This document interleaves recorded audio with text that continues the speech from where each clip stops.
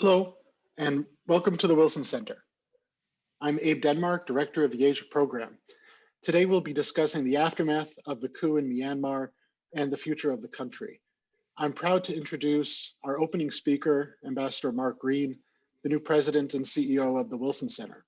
Prior to joining the center, Ambassador Green served as Executive Director of the McCain Institute and as Administrator of the U.S. Agency for International Development. Prior to his service at USAID, he served as President of the International Republican Institute, and served as ambassador to Tanzania, and served 4 terms in the U.S. House of Representatives, representing Wisconsin's 8th congressional district.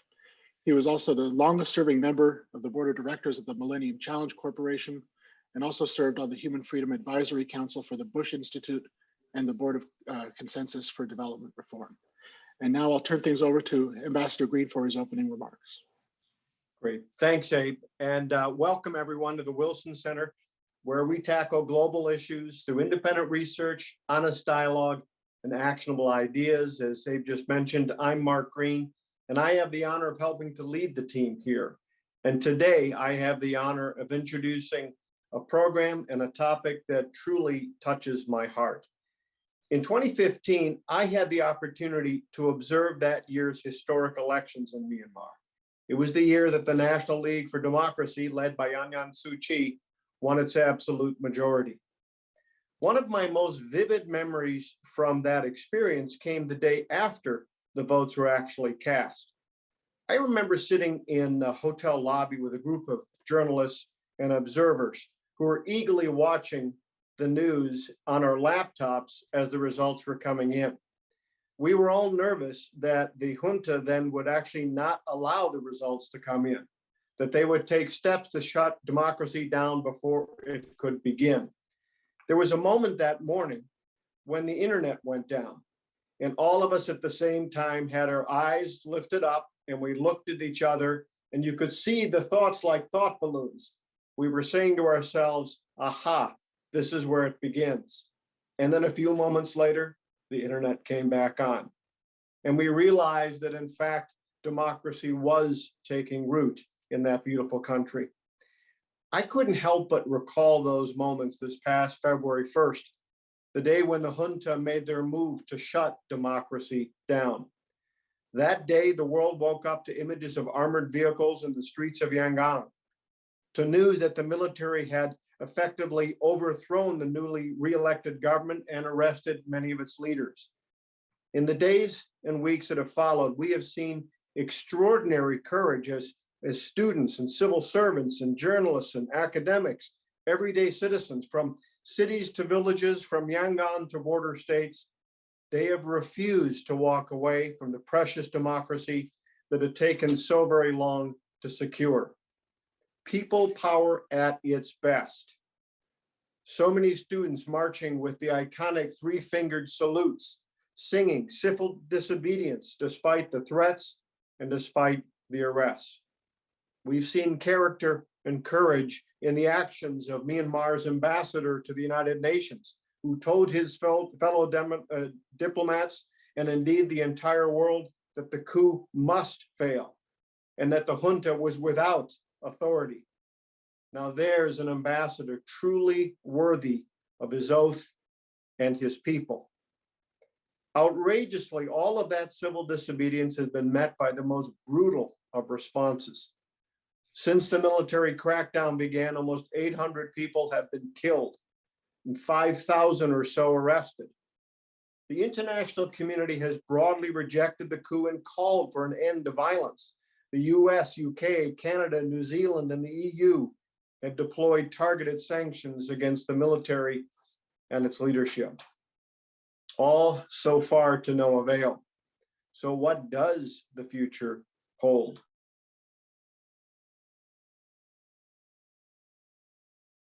More can be done by the international community and of course, in particular, the US and its allies and partners. To help us examine those and other questions, we are joined by a remarkable group of policymakers, officials, and experts. First, we will hear from Her Excellency Daw Zin Mar Aung, the Minister of Foreign Affairs of the National Unity Government. Then we'll hear from a great bipartisan panel of lawmakers, both good friends of mine, Congressman Ami Bera, chairman of the House Foreign Affairs Subcommittee that includes Asia and the Pacific, and Steve Shabbat, the subcommittee's ranking member. They'll give us a sense of how Congress is approaching the Burma crisis. Following that, Dr. Diana Villers-Negroponte, a global fellow with the Wilson Center, will moderate a great panel discussion with U Tin Lin Aung, the special representative of the National Unity Government, Ambassador Derek Mitchell, president of the National Democracy Institute, and Dr. Dan Twining, president of the International Republican Institute. Finally, Senator Ben Cardin will provide closing remarks on his views in the situation in Burma and what he sees as the outlook for that beautiful country. One further thought before I leave the stage. There was another moment from that experience in 2015. As I was getting ready to actually get to the polls to watch the votes come in, I remember stopping at a gas station and we were filling up the car with gas. And then a young lady came from the station itself and she asked me to come in. And she sat down and she served tea to me. And I asked her about that and she said, "We want you to know how important democracy is to us and how grateful we are for the international observers." And I said, "Look, I know I'm not supposed to ask you this, so are you willing to tell me who you're going to vote for?" And she said very simply, "I'm voting for change." That young lady tells me that democracy will win. It is in the spirit of young people like that all over that beautiful country that will power democracy and will cause the junta and authoritarian forces to eventually lose. Now it is my pleasure to introduce the Foreign Minister of the National Unity Government of Myanmar for some remarks. Thank you, and over to you.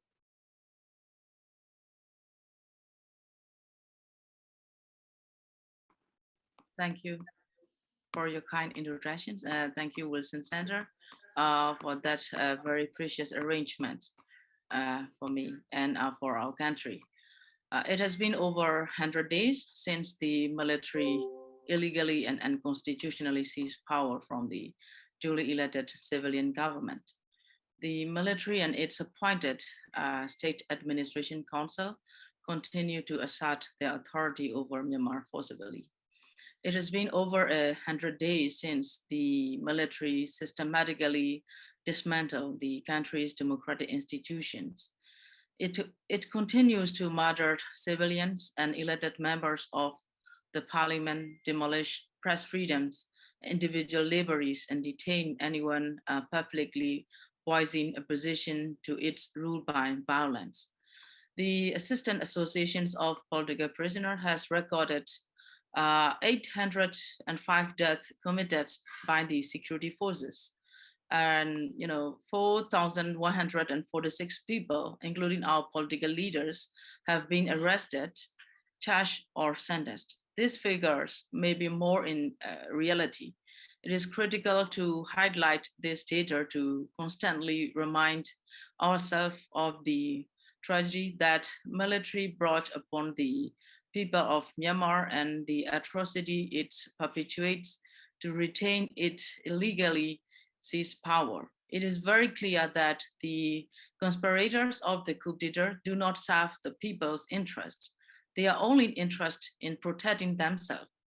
A humanitarian crisis is worsening with the influx of refugees at border areas. The number of internally displaced people increases as the security situation across the country deteriorates. So finally, the current political crisis has disrupted the economy and created uncertainty leading to instability. The current situation is an indication that the coup has failed and the State Administration Council does not control the country. The military no longer protects the people of Myanmar. Instead, they are destroying the life and the interests of Myanmar. As long as the military remains in power, the people of Myanmar will continue to demand a return to democracy. Thus, the country remains at high risk of further escalating violence, the collapse of the economy, instability at the border areas, and social instability. It is also important to highlight the regional and global implications of the coup. Our situation is a threat, not just to Myanmar's democracy, but also to global democracy.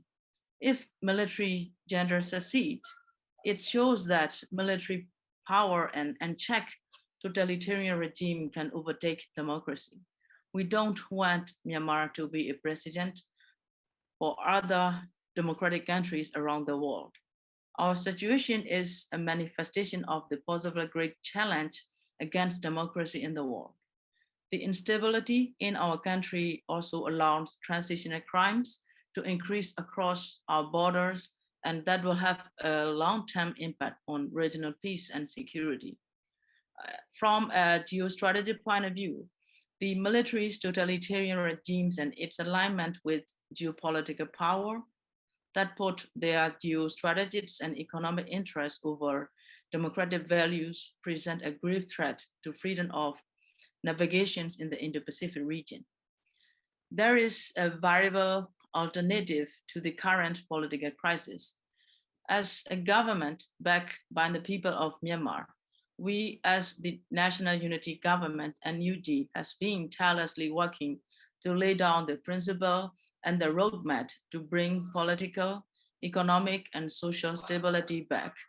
Let me highlight the significant political milestones we have achieved so far, not only as the committee representing Pidang Zulutor, CRPH, and the National League for Democracy, but also more importantly as the National Unity Government of Myanmar.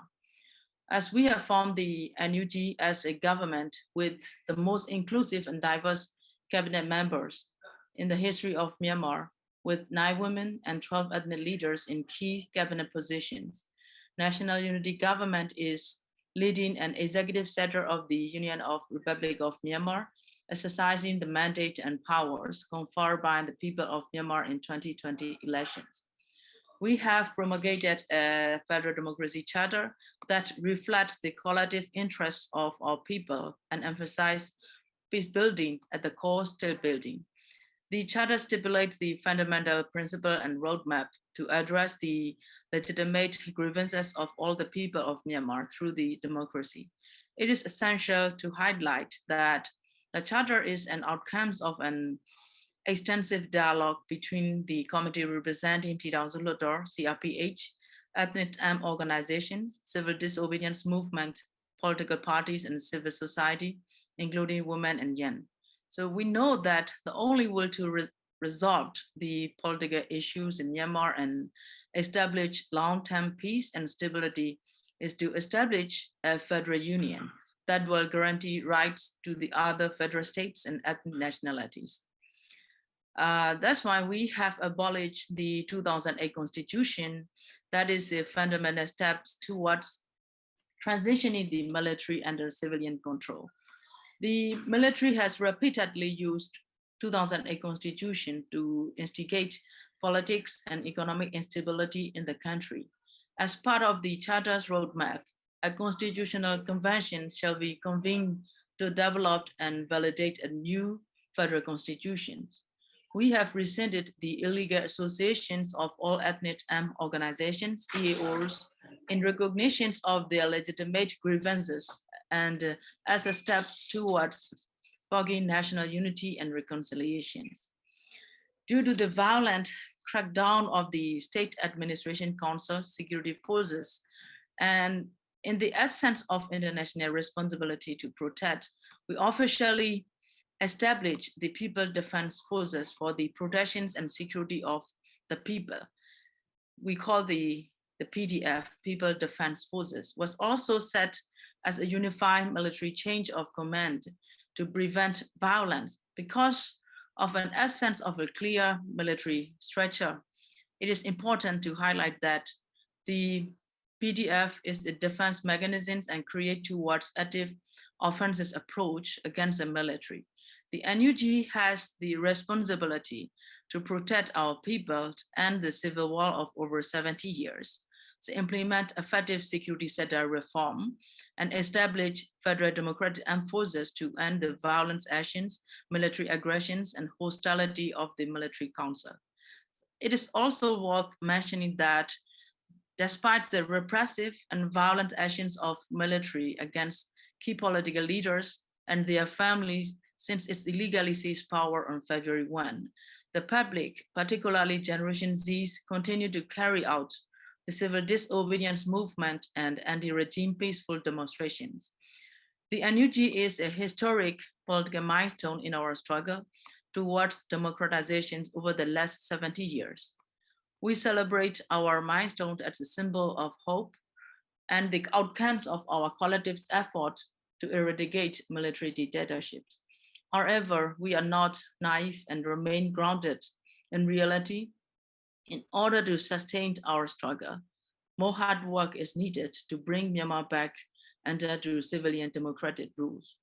There are two interlinked priorities that NUG needs full support: an exit strategy for the military and revert Myanmar back to civilian democratic rule, and the implementations of the charter and preparing NUG for the post-state administration council. The most urgent issue we need to address is to defeat the junta and revert back to civilian democratic governance. As part of our national strategy, we continue to engage the ethnic armed organizations, CDM leaders, political parties, and civil society leaders across the country to align strategy to put pressure against Min Aung Hlaing and his state administration council. While we continue to push for our internal strategy, we urge the government of the international community to take all necessary actions unilaterally and through multilateralism to put pressure against Tamador.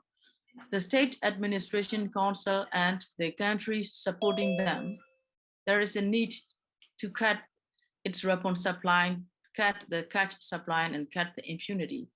To support an NUG National Unity Government and EOs as deemed appropriate to strengthen our approach against the regime.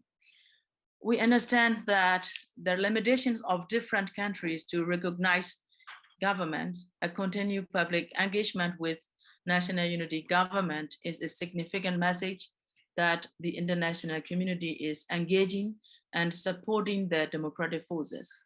We need the global platform to amplify not just the atrocity being committed by the military, but also the positive stories that are coming out of this political crisis.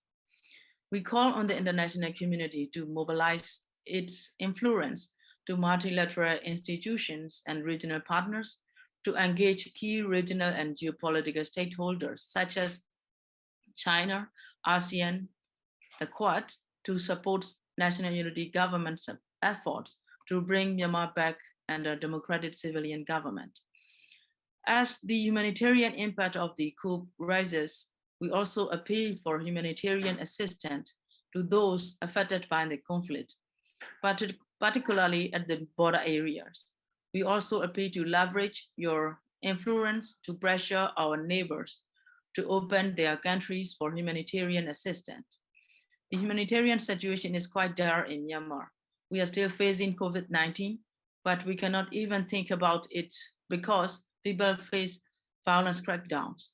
Our people want to stay in the country, but they don't have choice due to the violent crackdowns and airstrike by the military. The National Unity Government is currently taking appropriate steps to implement the 2021 Federal Charter. The following are a few examples. The dialogue process between the National Unity Government and other democratic forces are ongoing to finalize the National Unity Consultative Council.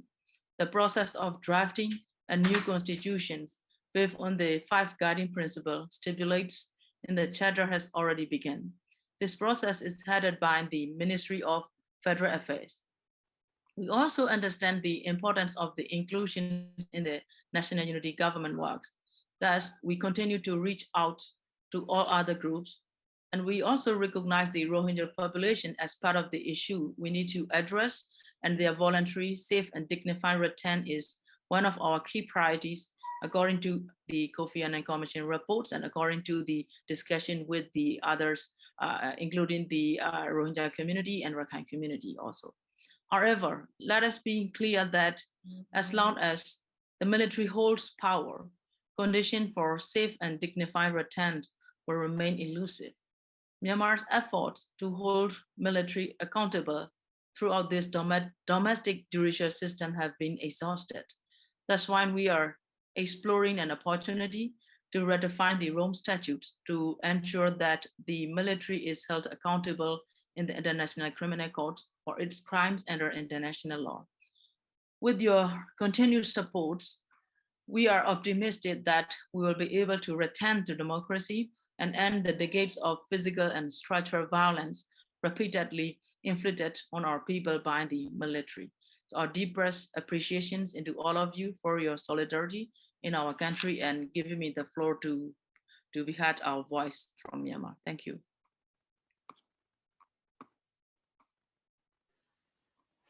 Thank you very much, Madam Foreign Minister.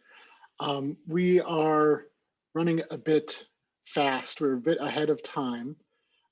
So I was wondering if you would be willing to address a few questions so that we can get back on schedule. Would that be okay with you? Yes, I am okay. Thank you so much.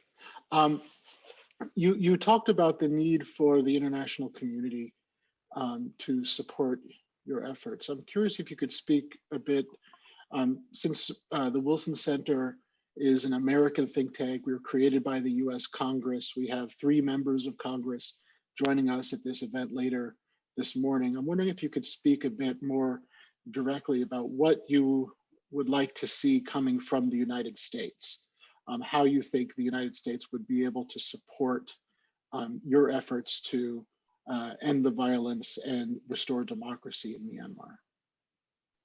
Thank you.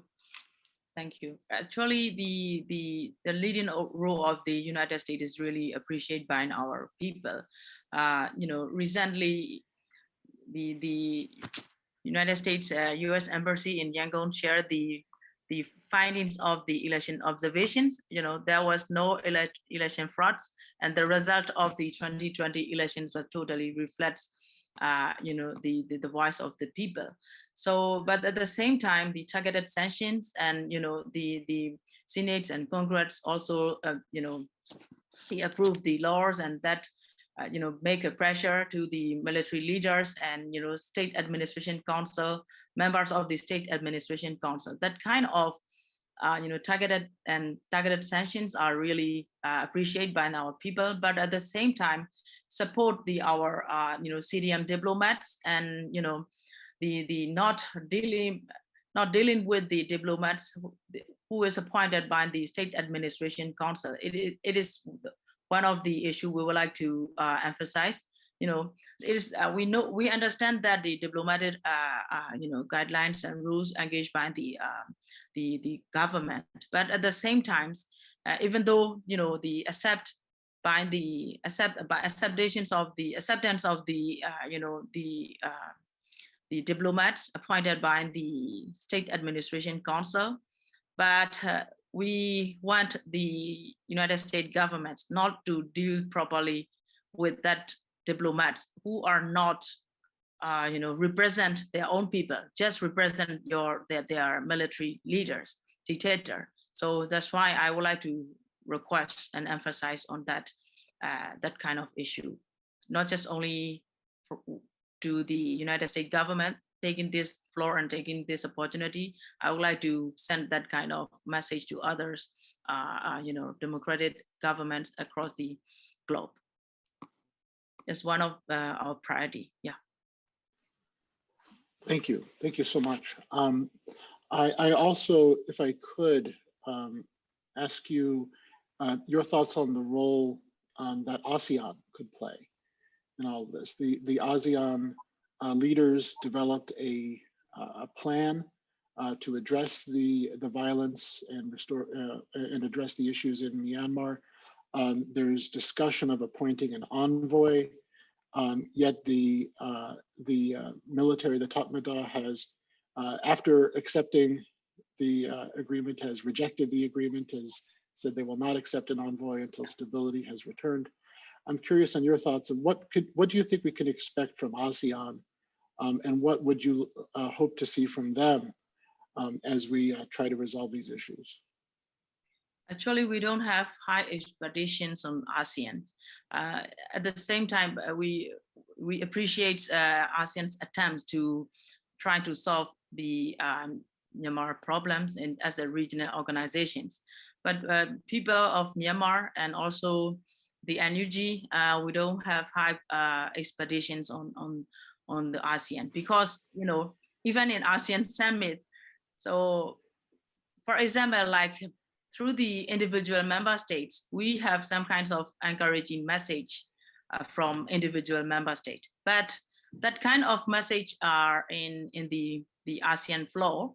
So through the consensus, there are no strong statement and action by the ASEAN, that kind of association. So that's why we don't have high expectations on as an ASEAN, as an regional organizations. But recently, we received the communication by one of the leading ASEAN member states. They also offer, and our thoughts, how can ASEAN's make help to the Myanmar and NUG. So something like that. So that some kinds of consultations and asking the opinion from the NUG. We have regular communication with the ASEAN, some of ASEAN member states, leading member states. But at the same time, even they don't have enough power to change or to influence the military. That was a very clear example. The May Online agree 5-point consensus, but as soon as he arrived back to Rangoon, his voice totally changed, right? So we don't have high expectation on that. Thank you. One last question, if I could. In addition to foreign minister, before you're foreign minister, you were an activist. You represented, you were in the Parliament in the House of Representatives, representing Yonkin Township. I wonder if you could just provide a little bit of your personal experiences. What's over the last few months since the coup? What's been happening in your constituency? And just to give our audience a sense of some of the personal events that have happened beyond all the geopolitics and diplomacy that you're involved in, just to give us a sense of what the human toll that all of this has taken. Thank you so much for your questions. And during these 3 months, this is a very first question on my personal experience. Thank you. I haven't, since after military coup d'etat, as soon as I had I realized that that was a coup d'etat, and I realized that, I don't able to go back home. We need to start another revolution. So that's why, like-minded member of parliament, discuss on how can we respond and how can we take responsibility on the people who voted for me and for our member of parliament, our party. So we have totally, we feel like that we have totally responsible for those people who are voted. And then there was a lot of pressure. And that's why we are in Naypyidaw. I called to my family and my younger brother, hey, don't come back from Naypyidaw. We are sending you to attend the parliament and to represent our voice. Don't give up. So there are a lot of pressure, not just only from my family, but also from our voters and who are in my constituency. Don't give up and don't, come back without, any response to that coup d'etat. So that's why there are so many encouragements and pressure from our, people, so who are voted for, and then so we are very encouraging, and then we discuss with like-minded MPs, and we also discuss for our leaders, and then respond to form these, committee representing Pidang Zulodor, so we can represent. So we are able to represent our voice, our people's voice, and vote, and taking that kind of responsibility, not just as the member of parliament, but also as a citizen. I feel like that we have responsible, to against the coup d'etat. And then we have some kind of communication with, the people who are living in my constituency. There are a lot of supports. Then some supporters are calling me and they are crying. They are feeling so sad because of the coup d'etat, and even though they are encouraging me, and at the same time they are very much disappointed and despairs of our vote are not respected, respected by the military, and then they feel hopeless. But at the same time, they don't want to give up, and they will be back off our their MPs, and they are now still in contact with some people who are very actively involved in the movement. And also my apartment is now shut down, and my family home is now the close by the authority. My family is now run away. I have big family. My father, my younger brothers' families and younger sister families are now, they are run away hiding because of I am actively involved in CRPH, and while after appointed as the minister NUG, but the former situation like people are making some kinds of congratulations of being a minister, but this congratulations, it's pros and cons, So at the same time, it's taking big responsibility, but at the same time risking our life of personal life and our not just me, but also my family. I'm comparing situation like when I was in prison and I was arrested by the military around the 1988. My family didn't face that kind of terrible situation. They can still live in their home, with their family while I am in the prisons. But this time I'm not in the prison, but my family is run away, and their life and their properties has been threatened by the military currently. Still is going on, not just only me, but also others, CRPH members of parliament, NUG ministers and activists, artists. So everybody, every citizen has now entered, very, terrible situations, and their lives are has been destroyed by the military. So that kind of bad experience are still going on. So this is what happening. It still happen, not just only me. More and more people are living under that kind of threat. Well, Madam Foreign Minister, thank you very much for speaking with us today and for answering these questions and giving some of your personal experiences. The situation in Myanmar is indeed very serious, and the humanitarian crisis continues to worsen. And I hope that we're able to peacefully resolve this as soon as possible, that we can restore democracy in Myanmar.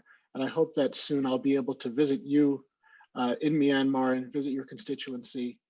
And I hope that in the meantime, you and your family stay safe. Thank you for appearing with us. Thank you for your courage and your convictions. And it's wonderful to see you. Thank you for joining us. Thank you. And now we're going to turn to the next panel in our event today, shifting to a discussion on US policy towards Myanmar after the February 1st coup. We're honored to be joined first by Congressman Steve Chabot of Ohio, ranking member of the House Foreign Affairs Asia Subcommittee. Congressman Chabot has served Ohio's 1st Congressional District for 24 years. Since becoming a member of Congress in 1994, Congressman Chabot has served on the Committee on the Judiciary, Committee on Small Business, and the Committee on Foreign Affairs. He also serves as the ranking member on the House Committee on Small Business. Congressman Chabot, it's my pleasure to introduce you to provide your remarks on Myanmar. Thank you very much, and thank you to the Wilson Center for inviting me to join with you all today for this important discussion on the situation in Burma or Myanmar and the future of that country. It's good to be here this morning with so many outstanding speakers, including, I understand, Ambassador Mark Green, who is a friend from our time in Congress together, as well as, I understand, soon my friend and partner on the Asia Pacific Subcommittee, Ami Bera, And we share a vision for the region, even though he's a Democrat and I'm a Republican. We work very closely together, especially on human rights issues like those that we're discussing today. This is my 25th year in Congress and my 25th on the Foreign Affairs Committee. So I've followed events in Burma closely for quite a few years, and I've traveled there and met with Aung San Suu Kyi, and had hoped, like a lot of us, that the country might finally be on a permanent path towards democracy. Unfortunately, you all know what happened on February 1st. Burma witnessed yet another military coup, upending the tentative progress that had been made through the hard work of so many over the years. The Tatmadaw seized control and detained numerous political leaders, including Aung San Suu Kyi, and the president, once again defying the will of the people. And since that coup, the situation, unfortunately, has only gotten worse. The junta has killed over 700 innocent civilians, including children, and detained and prosecuted thousands more. The military is also increasingly resorting to its brutal playbook: torture, sexual violence, and arbitrary killings in its attempt to impose rule by fear. Unfortunately, these atrocities are nothing new. The Rohingya faced genocide at the hands of the Tatmadaw for years. Now, some of the brutal tactics used in that genocide are beginning to be turned against everyone in the country. The Burmese people have shown great courage in the face of such barbaric actions. And that's why shortly after hearing the news of the coup, I joined with Congressman Andy Levin and introduced legislation to put the House firmly and publicly on record condemning the coup. The resolution, which passed the House in March, makes it clear that Congress and the American people stand with the people of Myanmar, Burma, in their struggle for freedom. Self-government is not the same, it's not some sort of temporary arrangement. It shouldn't be. It shouldn't be a gift from a military. Having tasted the beginnings of democracy, the people of Burma stood up to the military with massive protests and general strikes and a whole variety of other very brave tactics. Burma's citizens, especially its young people, are telling the military that the country belongs to its people, not its generals. And as the generals are learning the hard way, they cannot simply back out of democracy when it no longer serves their purposes. The efforts of civil society to end military rule in Burma once and for all are truly inspiring to us here in the United States and people all over the world. Not the least of which is the formation of the National Unity Government. We must support their goals of bringing this bloody chapter in Burma, Myanmar's history to an end, reestablishing democracy and instituting a federal democratic union. It's time for full civilian rule in Burma and an end to the ethnic conflict that has been perpetuated by the military to the detriment of that country. For our part, the West must continue supporting the democratic aspirations of the citizens of Burma. The sanctions that the Biden administration has announced, some just this week, are welcome. However, more must be done. I therefore call on all democratic governments, especially those in ASEAN, to work with the administration to do whatever can be done to bring this coup, this junta, to an end. Sustained international engagement is critically important to restoring democracy in Burma and setting the country on a path once again to peace and prosperity. For all of us who care deeply about Burma's future, now is the time to act. Thank you.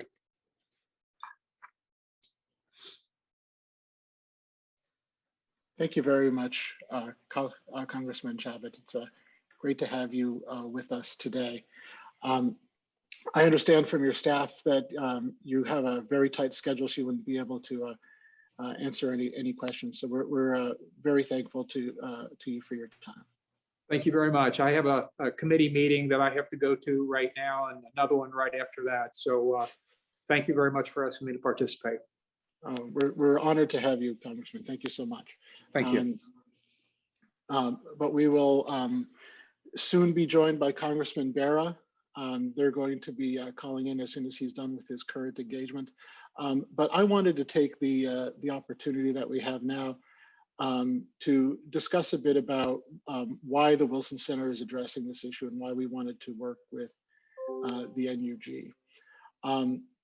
The Wilson Center was created by the Congress more than 50 years ago in order to be a bipartisan center for academic excellence, where academic work can be brought into the world of policy. And the legacy of President Wilson in his foreign policy was to bring in discussions of and considerations of democracy and human rights. For all of his other failings that we know too well, he advocated very strongly in his diplomacy the need to pursue democracy and human rights conceptualized within the context of self-determination for the people of a country. And to me, to my mind, the struggle for democracy in Myanmar is very much in line with that tradition, and working with them to discuss the issues going on, I think is incredibly helpful. So we're very thankful to them. The other piece I wanted to mention was that because we're created by Congress, it's important that we fulfill a bipartisan role, that we make sure that all of our discussions are representing all aspects of the American political discussion. So we have members of Congress from both Republican and the Democratic Party, as well as from the House of Representatives and the US Senate. Then again, fulfilling that role as well. I wanted to turn, if I could, to my colleague, Dr. Diana Negroponte, who's going to be leading a discussion in a few minutes after our discussion with Congressman Bera to discuss some of these issues and some reflections on what we've already heard. Diana. Abe, thank you very much. And also thank you to the Foreign Minister for setting the stage for this. I'm delighted to see that Daw Zin Mar Aung is still with us, participating on this Zoom call. Abe, I think it would be helpful to give a broad context of Myanmar for our audience, its ethnic nationalities, the divisions over years, and yet the capacity of this extraordinary nation to stay together. And you, as Assistant Secretary of Defense, must have looked at Myanmar from the Pentagon. Give us some of your perspectives on this remarkable and unique country. Oh, thanks so much, Diana. Yes, in both my work inside and outside of government, I've worked on Myanmar. I actually was able to visit Myanmar several years ago and met with several members of both the Tatmadaw as well as the civilian leadership in Myanmar, and was really struck by how quickly democracy had been embraced, even by members in Congress who were part of the Tatmadaw, part of the military, that they discussed and embraced democratic principles and talked a lot about how working together was important in order to advance their country. I sat in dinners where across the table from me were members of the civilian leadership who'd been in jail just a few later, sitting next to and having dinner with members of the military who had either directly or indirectly put them in prison. And that dichotomy I thought was very interesting. But Myanmar is a country that's been torn apart by ethnic divisions, by regional divisions. There's been one of the world's longest insurgencies happening in various parts of Myanmar. And now the Tatmadaw is facing a challenge where they need to fight not only to preserve their own power against pro-democracy protesters, but also continuing their fights against the armed ethnic groups in the more restive parts of the country. And indications of growing cooperation between pro-democracy protesters and these armed ethnic groups, I think would be very concerning to the top Mada. The fact that their adversaries may be binding together, I think would be concerning to them. What I'm watching for, and one of the questions I asked the foreign minister, if ASEAN can play a significant role in resolving this. I'm also very interested to see what China does. Since this is on China's southern border, China has historically played a role, either positively or negatively, in Myanmar for decades. And I think if they are trying to establish themselves as a regional power, they need to have a role in this, either positively or negatively. I don't think that a country that pretends to be the dominant power in the region can sit something like this out. So I'm watching very carefully to see what China does. Now, the Tatmadaw represent themselves as the defenders of the nation with the capacity to interact with those 135 ethnic nationalities. I'm looking forward to hearing from our Myanmar participants, and I know Daw Zin Mar Aung is there, so please unmute yourself, as to whether the Tatmadaw's claim to represent the whole of the country resonates throughout the nation. And if Daw Zin Mar Aung is unable to mute, I know Ambassador Mitchell can answer this, and he's just on the line.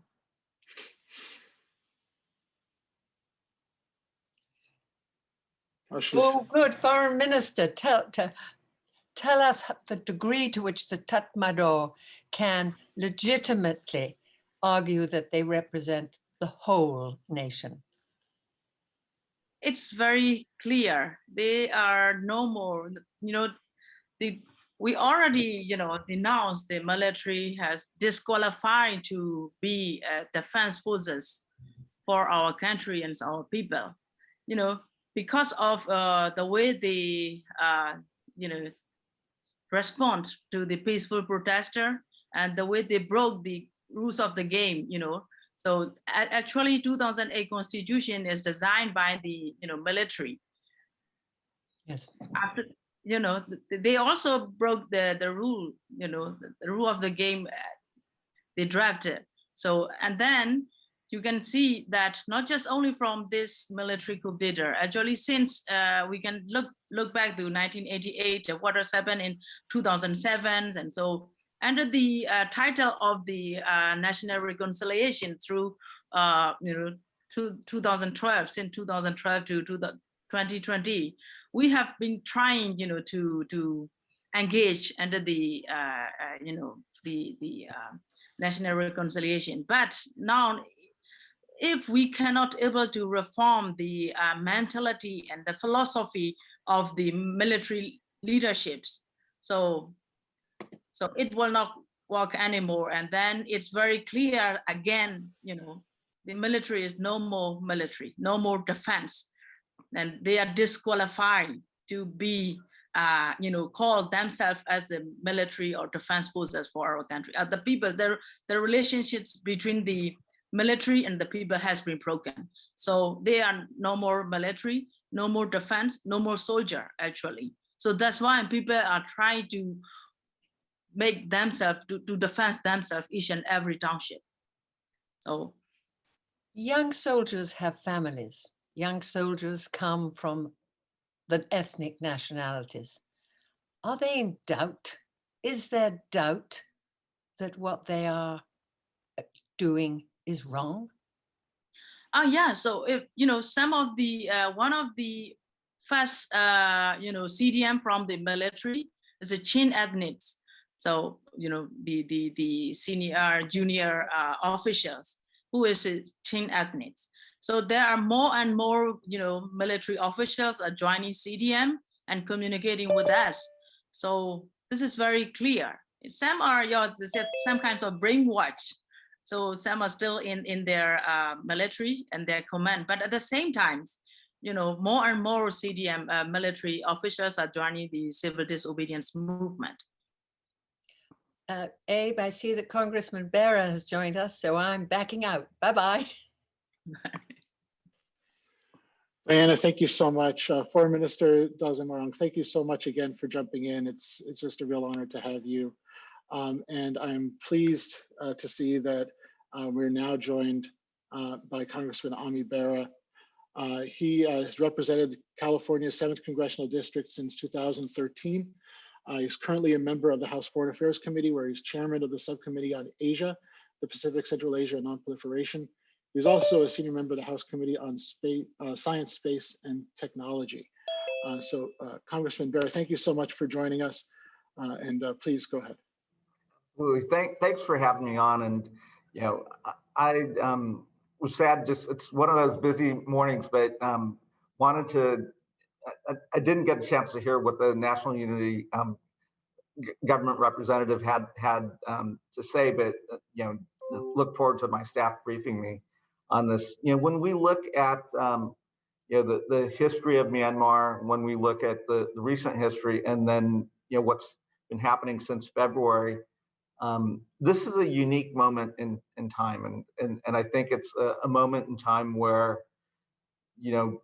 you see the young people, but not just the younger generation. You see the younger people partnering with a generation that lived under military rule over decades, seeking out what are basic human values of freedom, of dignity, of the ability to live your life. And they've tasted a bit of democracy, and they don't want to go back. And as we think about what's happening in Myanmar right now, I think there's broad bipartisan support throughout Congress that we want to stand with the people of Myanmar and support them, try to build broader coalitions, both with the countries in the region, whether that's through ASEAN, but also other countries externally, Japan and others, but then also through the United Nations. So things that we think about on both the subcommittee and full committee, you've seen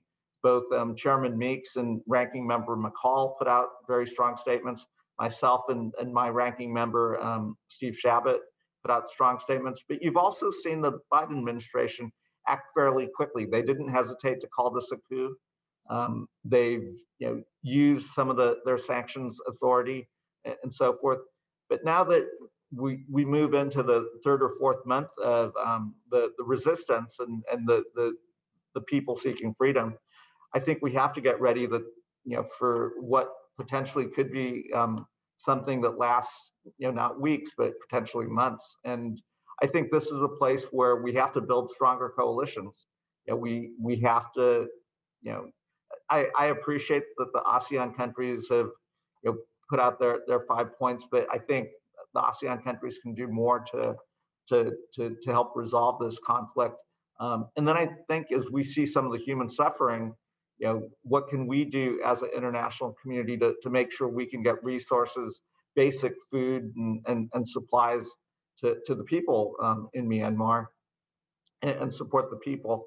And then, as we think about how Congress and other governments can work with the National Unity government, both to strengthen their institutions, but then also to, if successful and if the people are given their voice and their ability to govern themselves, how can we make sure it emerges as a strong government and a strong, inclusive unity government? So I'm looking forward to the conversation. I think this is going to be, unfortunately complicated and, again, not weeks, but potentially months. And I think the international community has to come together to help the people of Myanmar be successful in this endeavor.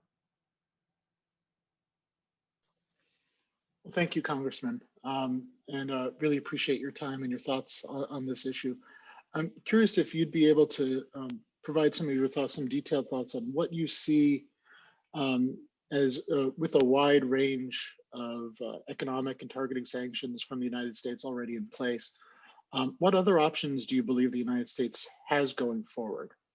We haven't done any sanctions on any of the gas and oil interests. So certainly that's something that we could consider. I talked about working with other countries in the region that we've had conversations with others. Whether that's Singapore and others. Can you implement secondary sanctions and the like? I think the challenge there is I do think those are important conversations and steps that we should be having with countries in the region, partners like Japan and Australia. What we've seen out of the Tatmadaw, though, and the generals is that they're like, well, we'll go it alone. And unfortunately, sanctions often hurt the people of the country as well. So I think we have to take a balanced approach, certainly cutting off resources to the junta and the Tatmadaw, but also understanding how do we support the people as well and not increase the suffering. And you really are starting to see basic the food insecurity, the healthcare insecurity, and others starting to have an impact. And I'm a physician by training, and I'm obviously watching what's happening in India, and very concerned about the spread of COVID. And if it's difficult to get a great assessment of what's happening in country, and but with basic healthcare and hospital shutdown, et cetera, I think we have to be very careful there. And can we get vaccines to the people as well? That's a very good point. I'm curious if you see a potentially constructive role for China to play in this. Can they play a constructive role? And in your opinion, will they play a constructive role? So on the first one, can they play a constructive role? Certainly they can. And I think we would always want to keep that option open. On the second question, will they? I'm not sure. I think they certainly don't have an interest in Myanmar totally dissolving. They've got a history of working with some of the ethnic armed groups. Yeah, some of the groups in the periphery and so forth. So I think China probably just looks at it as who's going to come out ahead, and how do they work with those individuals. Obviously, they have real interest and investments in Myanmar, and I think they want to protect those investments. But I don't know. We'll watch closely, but I don't think they'll weigh in on one side or the other necessarily, because I think they've had a mixed history with the Tatmadaw as well. Yeah, I see that my colleague Diana Negroponte is chomping at the bit to ask you a question, and I have learned over the years to never get in her way when she wants to find something out. So if it's all right with you, Congressman, I'll turn things over to Of course. Negroponte for that. Congressman Bera, I'd like to take to the issue of refugees. One of our panelists this morning, Uchin Ling Hung, was granted refugee status in 2008, thus protecting him after 7 years in a Myanmar jail. There are others who are in similar positions. Do you see move on the part of your constituents in California, on the part of Democrats in Congress, to increase the number of slots for Myanmar refugees?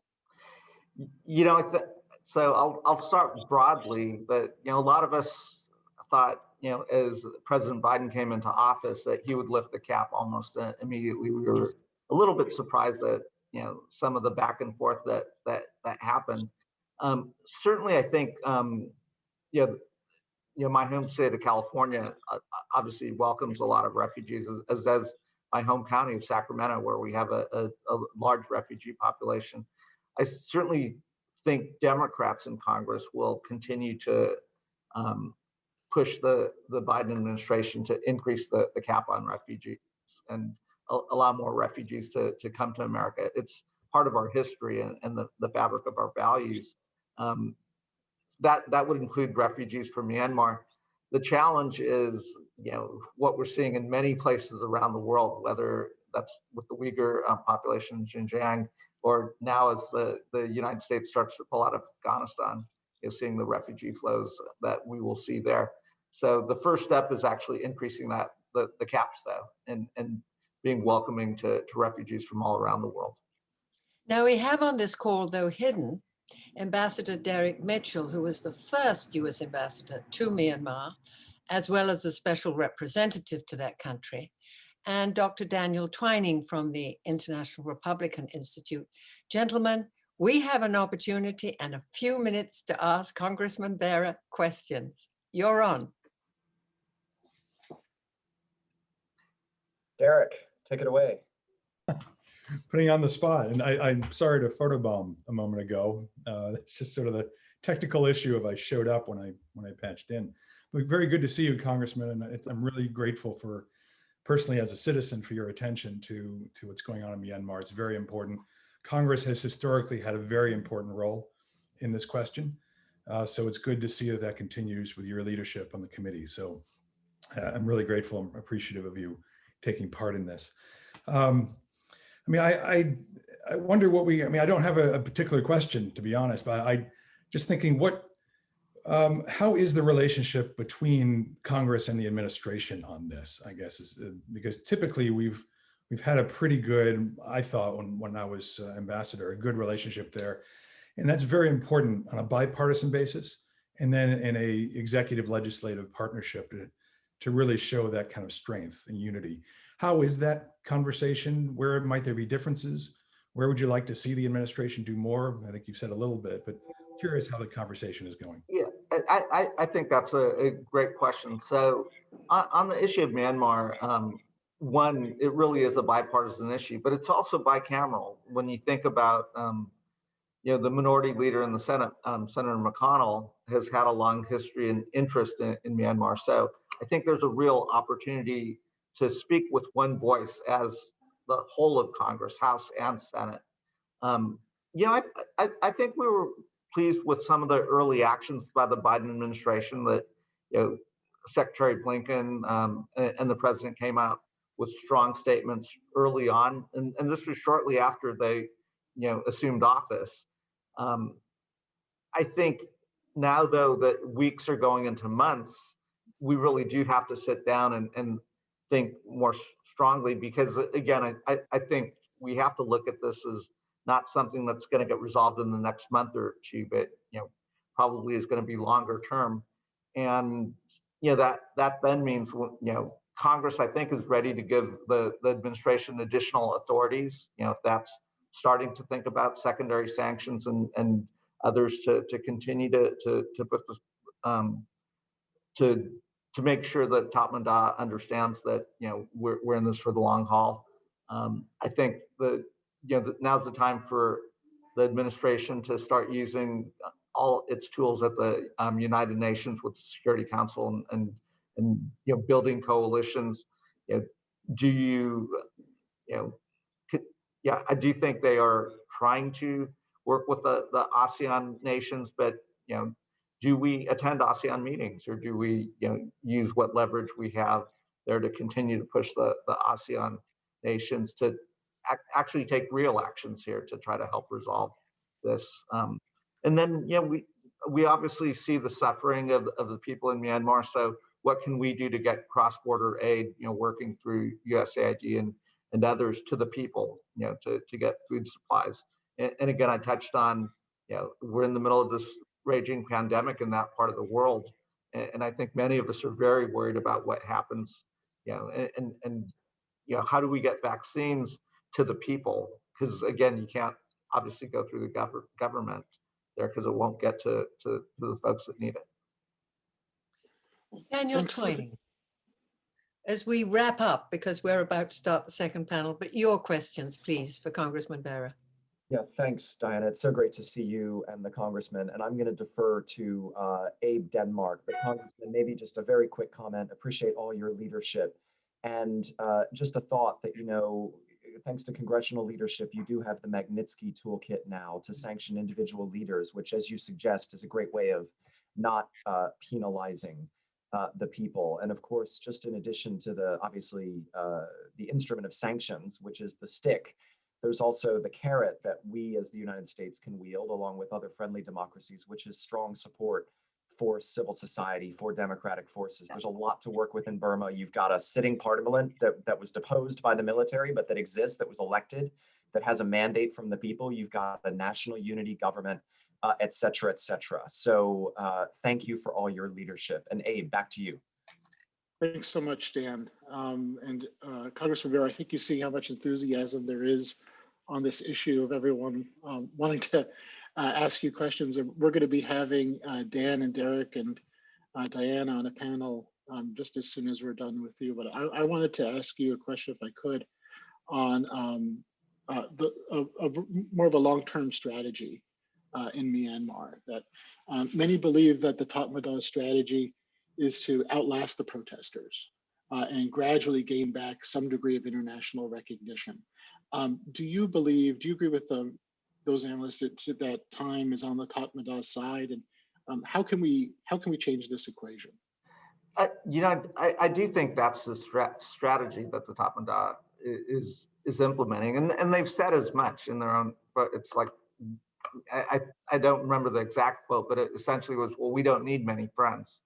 And I think a couple things. One, we should use the tools that are available to us. Obviously, I think a next step that's been suggested is sanctions on some of the oil and gas resources that still continue to provide revenue. We should build coalitions, but as Derek suggested, we should also use the full tools to strengthen those democratic institutions and others, so that when we get to that point, that there's some resolution, that you have strong institutions that can survive and thrive. I don't know exactly how this ends.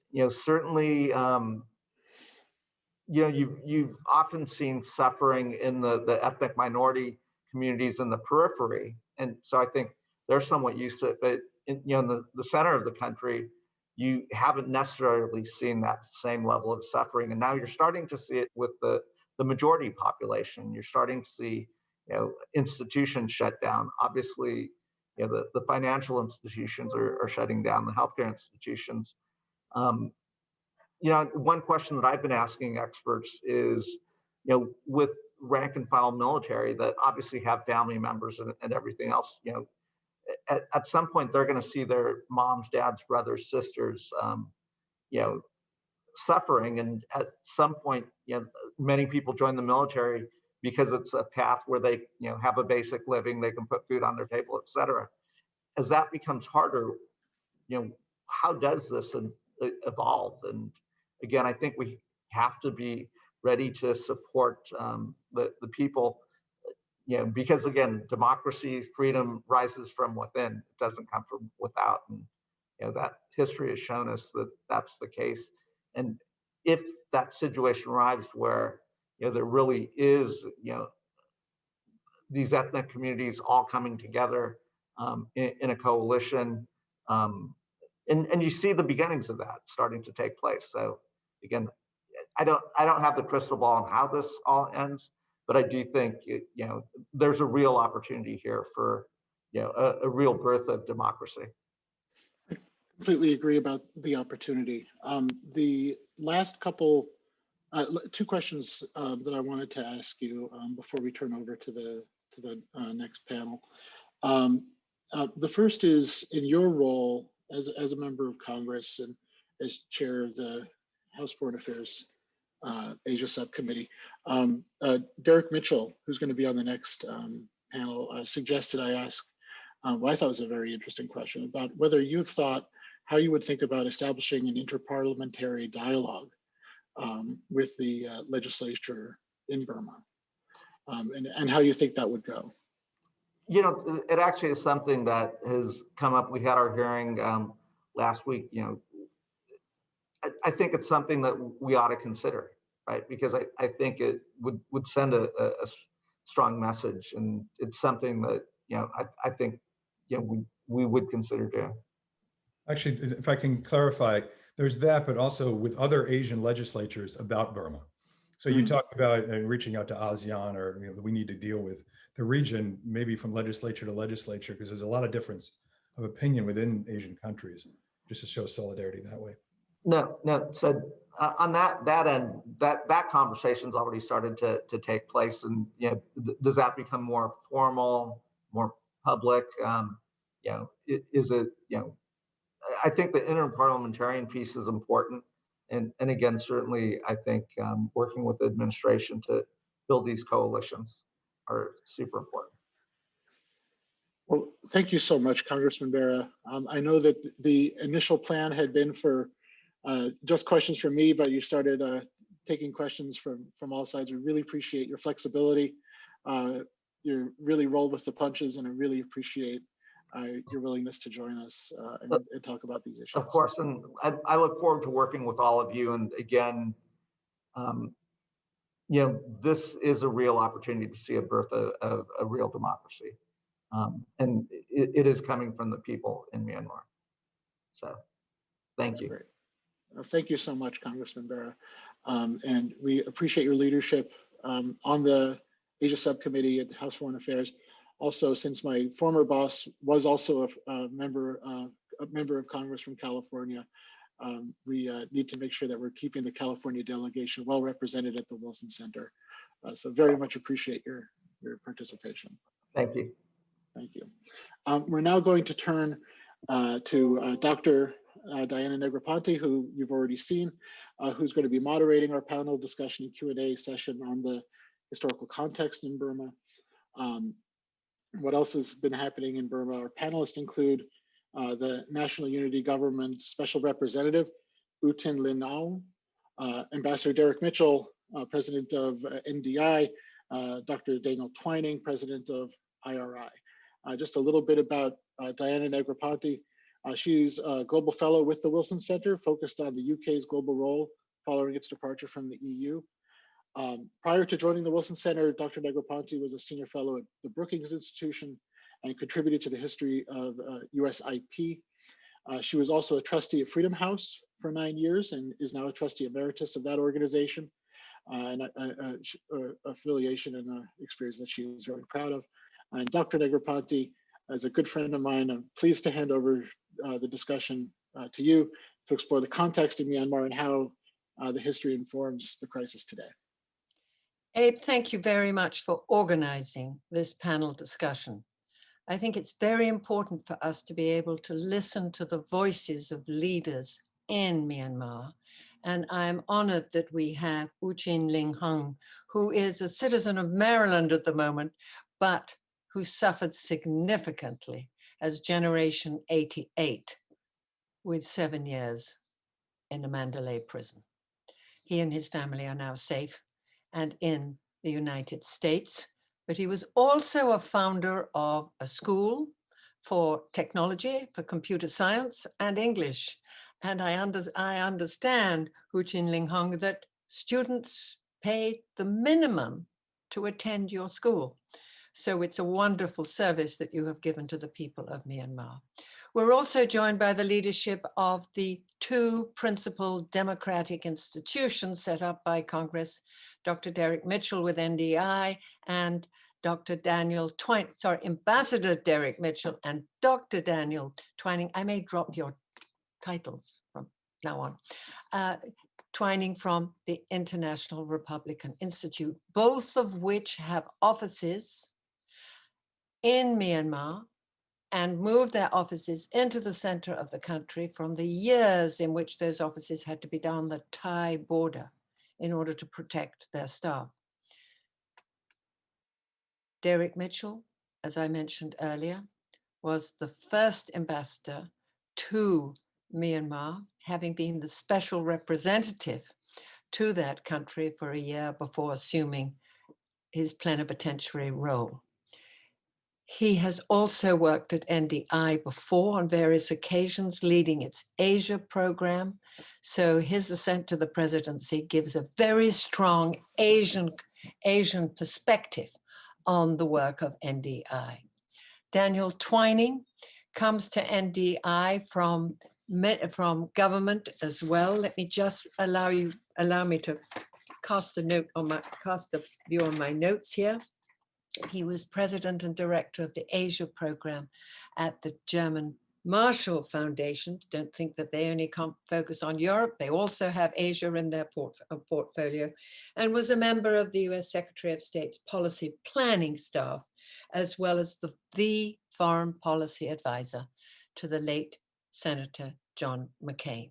We have two men, two leaders with deep knowledge of Asia and a real concern for what is happening in Myanmar. Derek Mitchell, I'm going to ask our Myanmar colleague, since he represents the opposition in the United States at the moment, to start us off. Activists from Generation 88, please begin. Can you unmute yourself, please? Thank you. Can you hear me? Yes. All right. Great. Thank you very much. Thanks for giving me the opportunity. Good morning, ladies and gentlemen. I'm very honored and delighted to be with you today. And let me express my deep appreciation to Ambassador Green and the Wilson Center for organizing this important event at the very crucial time for the people of Burma. I would like to thank the chairman and the ranking member of the House Foreign Affairs Subcommittee on Asia, Pacific, Central Asia, and the non-proliferation, and our distinguished panelists for participating in this discussion. I'm very grateful to Senator Cotton, who will deliver closing remarks, and I'm from your great state of Maryland, sir. So, ladies and gentlemen, as you know, the committee representing Bidonzula Daw was formed on February 5th, 2021, with 15 democratically elected parliamentarians who conduct parliamentary affairs as mandated by the people of Burma. It was subsequently expanded to 17 members with the addition of 2 ethnic political party parliamentary members. On March 5th, 2021, the CRPH announced its 4-point political goals to end military dictatorship, to gain the release of all illegally detained individuals, including President Win Myint and State Councilor Daw Aung San Suu Kyi, and to achieve full democracy, and to abolish the 2008 Constitution and establish a federal democratic constitution. Since its formation, the CRPH has appointed acting cabinet members to execute the tasks of government as necessary. As an acting government, it has taken the responsibility to fulfill the wishes of the people of Burma. So now, after broad consultations with the numerous ethnic political parties and ethnic armed groups, ethnic armed organizations, and mass protest movements, and CRPH has formed a new government called NUG, National Unity Government, in accordance with the will and demand of the people. As the legitimate government based on the support of Burma's diverse political community and electoral legitimacy derived from the November 2020 elections, and this government is representing the people of Burma. We commit to engaging in proper international relations with other governments and international organizations and promoting the international laws and norms. In contrast, the illegal military junta lacks of legitimacy or effective control of the country. They have no proper support, lacked by electoral basis for governance, and have been resoundingly rejected by the people. They are unable to implement even a de facto regime, failing to carry out administrative tasks or manage the economy. They are only capable of massacring civilians and violating international laws. So in conclusion, I would like to urge international community to stand with the people of Burma and support the people of Burma and the will of the people of Burma. Thank you. Thank you very much. Daniel Twining, would you like to make some initial remarks? Yes, thanks, Dan. It's such a pleasure to be here with you. Good to be with you. And obviously to talk about really one of the most important issues in the world right now. So look, I know we're going to have a good discussion, and so I don't want to take a lot of time, but maybe just a couple thoughts. First, the military has lost the country. This is not a divided country. It's not a 50-50 situation. The military has lost the country. We tracked at IRI that of the 330 or so cities and townships in Myanmar, in Burma, there have been protests, uprisings, resistance, ongoing active civic peaceful resistance in about 316 of them. So that literally is sort of a 90-something% coverage rate. This is not simply something relating to the urban elite in Yangon. And so we should understand the scale and depth of the opposition to the military's usurpation of power. That's a first point. A second point, Diana, is that, of course, we need to think about some kind of negotiated transition here that leads back to an open society. And obviously, the military is not going to cede total power. We should be under no illusions, as Derek knows better than anyone. The military retained a central role over the past decade as the country opened up. And so I think part of what happened in the West surely is that we got slightly ahead of ourselves in trumpeting this great miracle of democracy in Burma at a time when, of course, the military continued to control key institutions and a significant share of seats in parliament. But how can we get back to a peaceful and more inclusive and open society that's going to involve dialogue and negotiation between democratic forces and members of the military who correctly understand that they have dug a hole for themselves and continue to dig it deeper, that they will never have popular consent for their illegitimate rule. There are various examples, of course, in Asia of how these sorts of transitions have happened. So there are lots of, I think, case studies for us to look at and talk about. One that may not be obvious actually is in East Timor, in Timor-Leste, where, of course, as you know, there was a long-running resistance to Indonesian military rule. And throughout this period, particularly in the end game, the Timorese democratic resistance was engaged in extensive conversations with Indonesian military counterparts about transitioning to a different system. So that's going to need to happen. And of course, we know, in fact, that the military is divided because increasingly its members are understanding the danger that they have put the country in, and of course, the military's own role in it.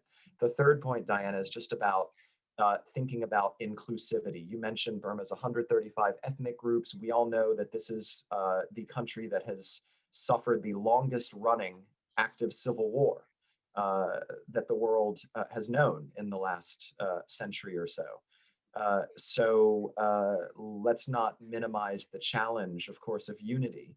But let's also understand that this is an opportunity to create a more inclusive and extensive coalition of democratic forces that includes, of course, the MLD, but that also includes the ethnic groups, that really the military has done more than perhaps any other actor to unite the country in ways that might overcome many of the historical fault lines that have plagued it in the past. And so let's really work with our democratic counterparts. Of course, this is a job for the people of Burma, but let's really support their efforts to create an inclusive democratic movement that, of course, reaches not just the political class, but that includes all of these amazing young people who are at the forefront of fighting for freedom in their country. And by the way, the young people leading is not new. I mean, we saw it in the 1940s. We saw it in 1974. We saw it in 1988, as you suggested. We saw it in the 90s. We saw it in 2007. We've seen it throughout. And so young people are once again in the vanguard. And this is an opportunity for democratic political forces in Burma to incorporate them in really what is a nationwide movement towards a more open and better future. I have a lot more to say, but I'll stop because I know we'll have a nice chance to chat about all these issues. Thank you.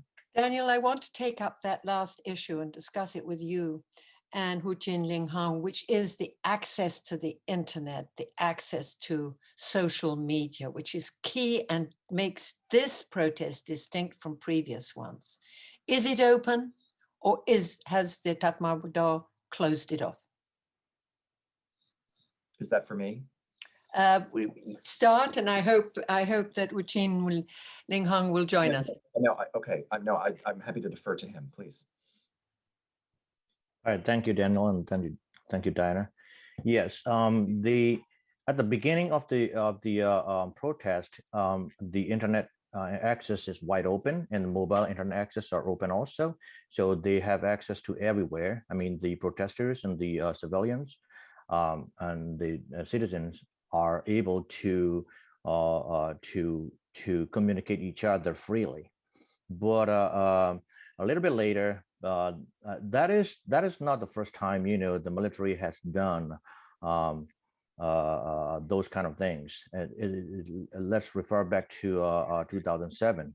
In one saffron revolution, you know, in 2007, they did the same thing. They cut off internet access, and so that way they cut off they black out the information coming out of Burma to the world. Same thing happened in right now, because they noticed that if they didn't cut off the internet access, then their brutal crackdown will go to internet, and then everybody around the world and every country around the world and every leaders around the world can see, and they are scared of that kind of thing, and the pressure from international communities. So that's why they cut off internet access. Now even mobile internet access are also cut down, and they have some kind of internet access, but it is very limited, and they are being monitored. So people are using the VPN, you know, virtual private network, to hide their IP addresses from the internet, and then because they could be arrested at any time if they are noticed that they are using from this IP address, from that physical address, then they can be chased down and be arrested today, and then the next morning they'll be dead. I don't want to ask either IRI or NDI for details of it, but do you have access with the democratic leaders and the human rights defenders in Myanmar, Burma? We do. I mean, they're on the run. They, as Tin Lin Aung said, the coverage, internet coverage is spotty now. But they're our friends or our partners, as it is with IRI. These are the people that we had worked with for a long time and gotten to know on the ground, who were duly elected legislators or leading civil society activists. And the challenge is going to be for the NUG or the CRPH, whatever, is to figure out how to remain united, how to continue to communicate, how to coordinate their activities. And as stated earlier by Zin Mar Aung, that, you know, it's a very diverse group. These folks are not necessarily used to working all together, certainly not dispersed as they are. So the challenge will be how to continue this engagement in a constructive way while they're trying also to reconcile their divisions and their differences from within. But yes, the short answer is absolutely, we're trying to stay as engaged and connected as possible. Daniel, IRI's connectivity. Yes, I mean, we and other democracy institutions worked offshore in the bad old days. And so, of course, we're in a totally different environment here, both politically, but also technologically. It is a reminder, though, Diana, I mean, a theme of the conversation you've been having here this morning is about, you know, the autarky factor in Burmese politics and within the Tatmadaw. And this idea of cutting the country off from the internet, from international banking and financial networks. It's just extraordinary when we look at the rest of Asia and we think about the Asian development miracle that has taken place over the last 3, 4, 5 decades. And that Burma has not been part of that. And of course, it began as it opened up here over the past decade. And now the military has tried to turn that off. And really, I think we all just need to acknowledge that in the 21st century, in this naturally rich country teeming with bright people, that of course the way forward in terms of prosperity and development is that connectivity, is turning that back on to the internet, to the international financial system, to the tourist trade. All these things, all these actions of the military have dealt so much harm to their own ambitions to develop the country. And of course, that pushes the country only further in the direction of kind of Chinese economic capture, which is something ironically that the military leadership itself is opposed to and wants to resist. So this question of connectivity has serious implications, not just for our little NGOs or our democracy partners, but really for the aspirations of this entire country to be part of that Asian growth story. Daniel, thank you. Ambassador Mitchell, I read your piece in Foreign Policy and the way that you took on the Singapore representative. Can you share with us the position of NDI and perhaps indicate to what extent NDI can still maintain its staff and office in this extraordinary country? Well, there's no particular position. That wasn't a position of NDI. That was my personal position. Okay. I mean, NDI's position everywhere, though, is pretty straightforward. That, and we have a new, mission statement, vision statement that says we support democracy prevailing with dignity for all everywhere. So yes, our position in Burma and Myanmar is pretty clear in favor of democracy, in favor of the restitution of the duly elected legislature and leadership, and eventually the transition to civilian control over the military as soon as possible. So in that regard, yes, of course, NDI has a position. In terms of that article, yeah, I read the piece by Bilahari Kausikan in Singapore, which was astounding to me, but I knew it was there. It's a sort of traditional, quote, realist. It's not realist, but they like to sort of fashion themselves, if I may say, as realist by saying, this happens, nothing we can do about it. We've seen this before. We'll just watch the thing burn, and we'll pick up the pieces later.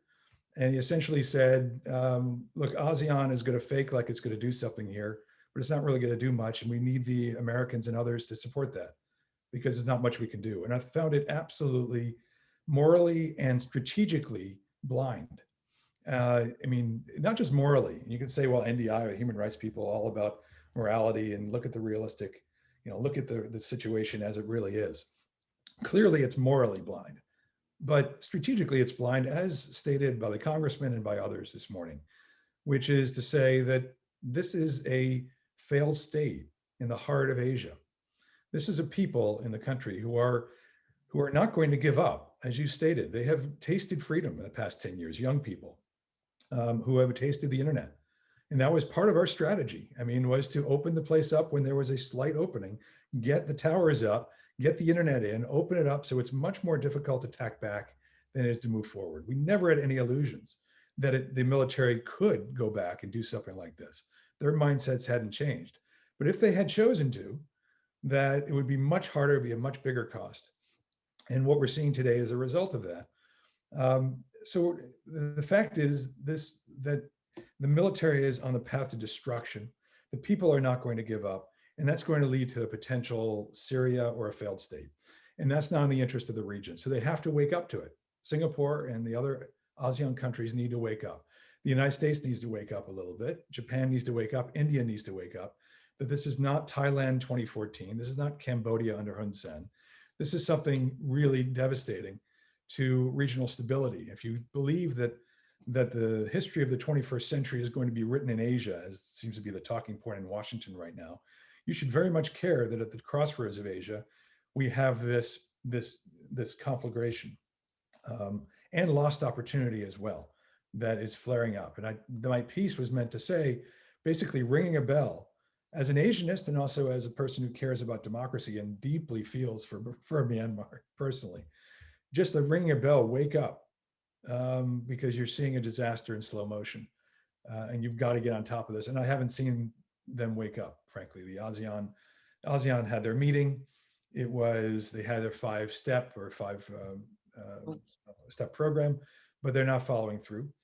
And we're not seeing the urgency that I think is essential here. And that's basically what my piece was taking on the so-called realist perspective and trying to demonstrate it's not realist at all. It's in fact putting your head in the sand and watching something that will have real impact on the region, create a conflagration that will affect all of us. Derek Mitchell, as US ambassador, you will have engaged with the military leadership. Is there any leverage that the United States can exercise with that leadership?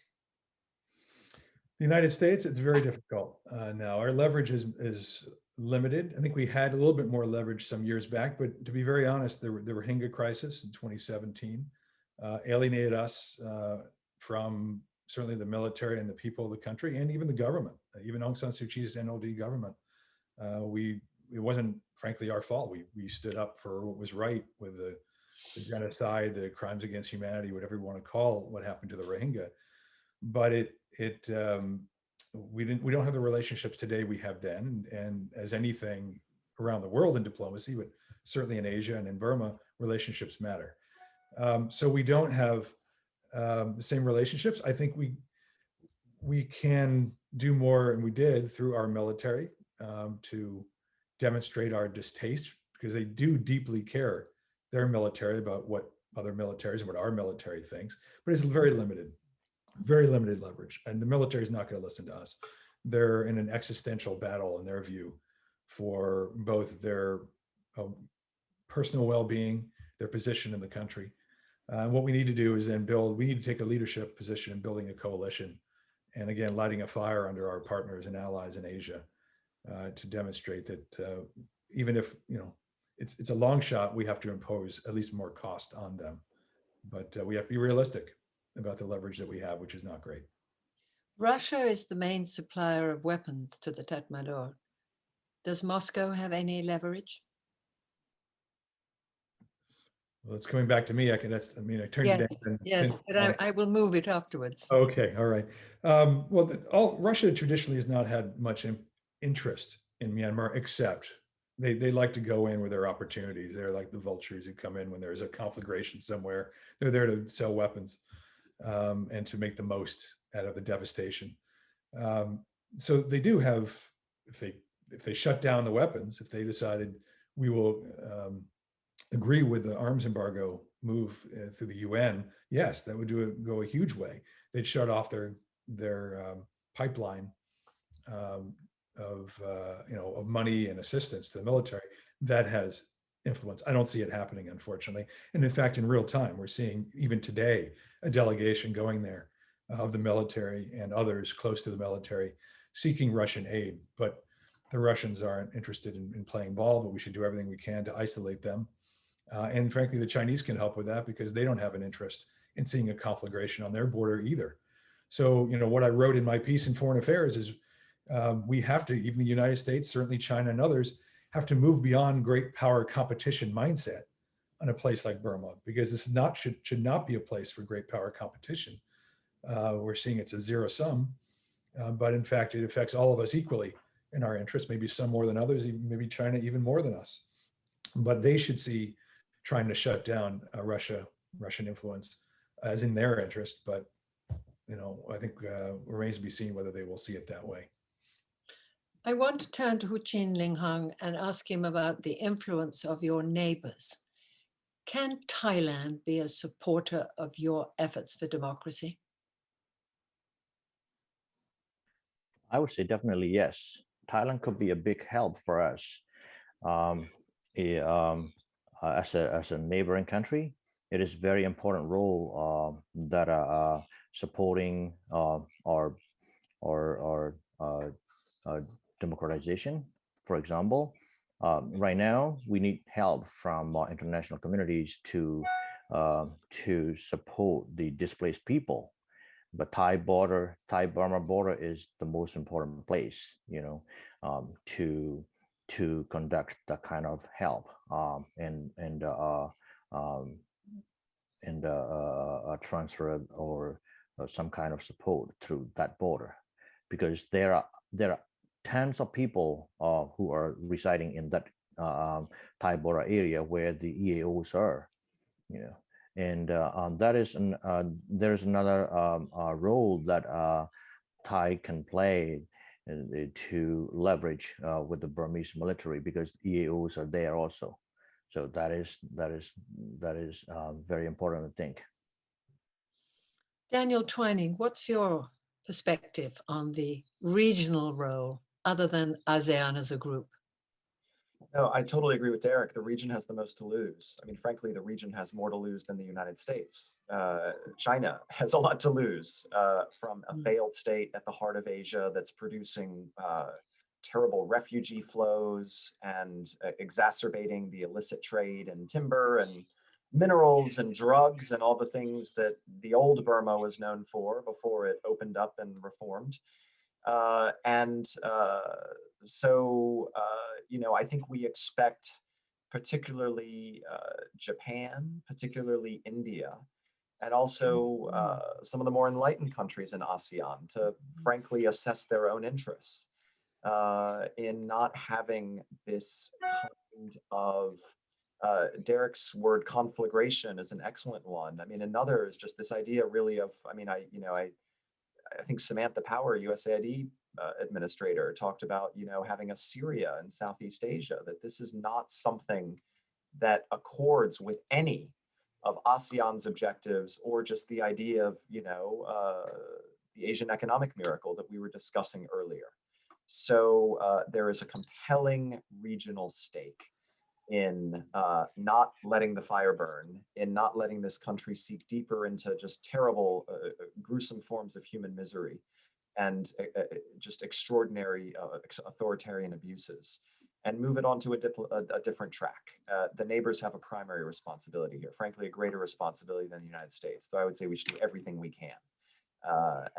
Clearly, as you've seen today, there is a strong bipartisan consensus to do more, including in both houses of Congress, Republicans and Democrats, and including, I think, with the administration. I was hoping, Diana, if I could jump in with a couple of questions. Thank you. First, I wanted to ask Special Representative Tin Aung, both Daniel and Derek have talked about China and the potential role that they could play. I'm wondering if you could comment a bit on how you see China and what potential role they could play in all of this.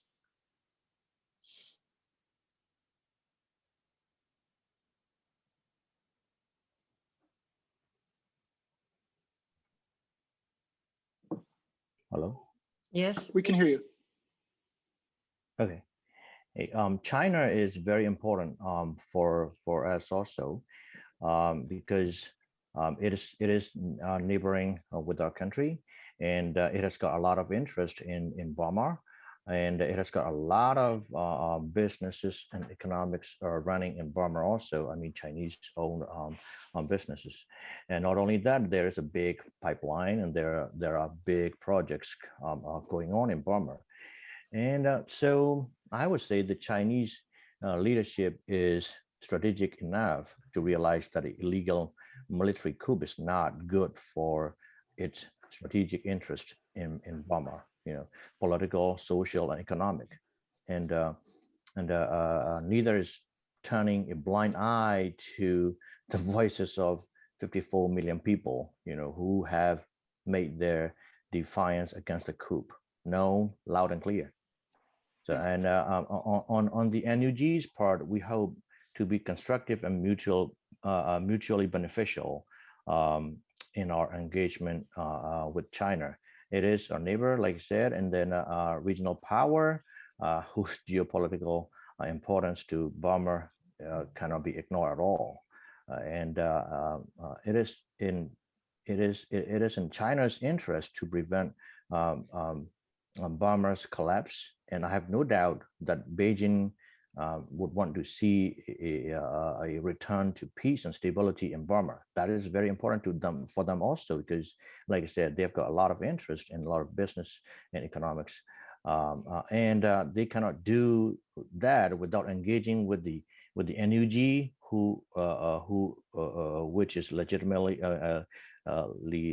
elected, and taking into account with national sentiment. So that's why we hope they will do the smartest thing and the right thing. That way, we have both benefits, mutually. Well, thank you. I was hoping I had a second question, if I may, Diana. Please. And it's for the entire panel. Ambassador Mitchell had mentioned the Rohingya. And I wanted to bring that out a little bit. It's been discussed. There's a hearing of the House Foreign Affairs Committee where some have pointed out and raised concerns about the NUG's and its policies toward the Rohingya people, informed by the NLD's past actions as it relates to the Rohingya. I'm curious, for the special representative, if you could talk about how the NUG views the Rohingya in a post-coup return to democracy government. And for Derek and Dan, if you could speak a bit about how you view this issue and how you believe it could or should impact US support of the NUG going forward. All right, that is a very important question and a very sensitive question to my understanding. And Daw Zin Mar Aung already, our minister already said about that also, that NUG intends to fully repatriate the Rohingya population and ensure a citizenship program for the returnees. So in doing so, we are in communication with the leaders of Rohingya community, as well as civil society organizations and the activists, to ensure a policy-making process that is inclusive and sustainable. That is very important, I believe. However, make no mistake, anything that we say on the Rohingya issue will just remain words, as long as the military continues to hold the de facto power in handling border and immigration matters. Which, if I may remind everyone, has always been the case, So we need to ensure a full return of the state apparatus to the people's government, the NUG, and we need to figure out a process for repatriation and citizenship under international standards and norms. And it is important to note that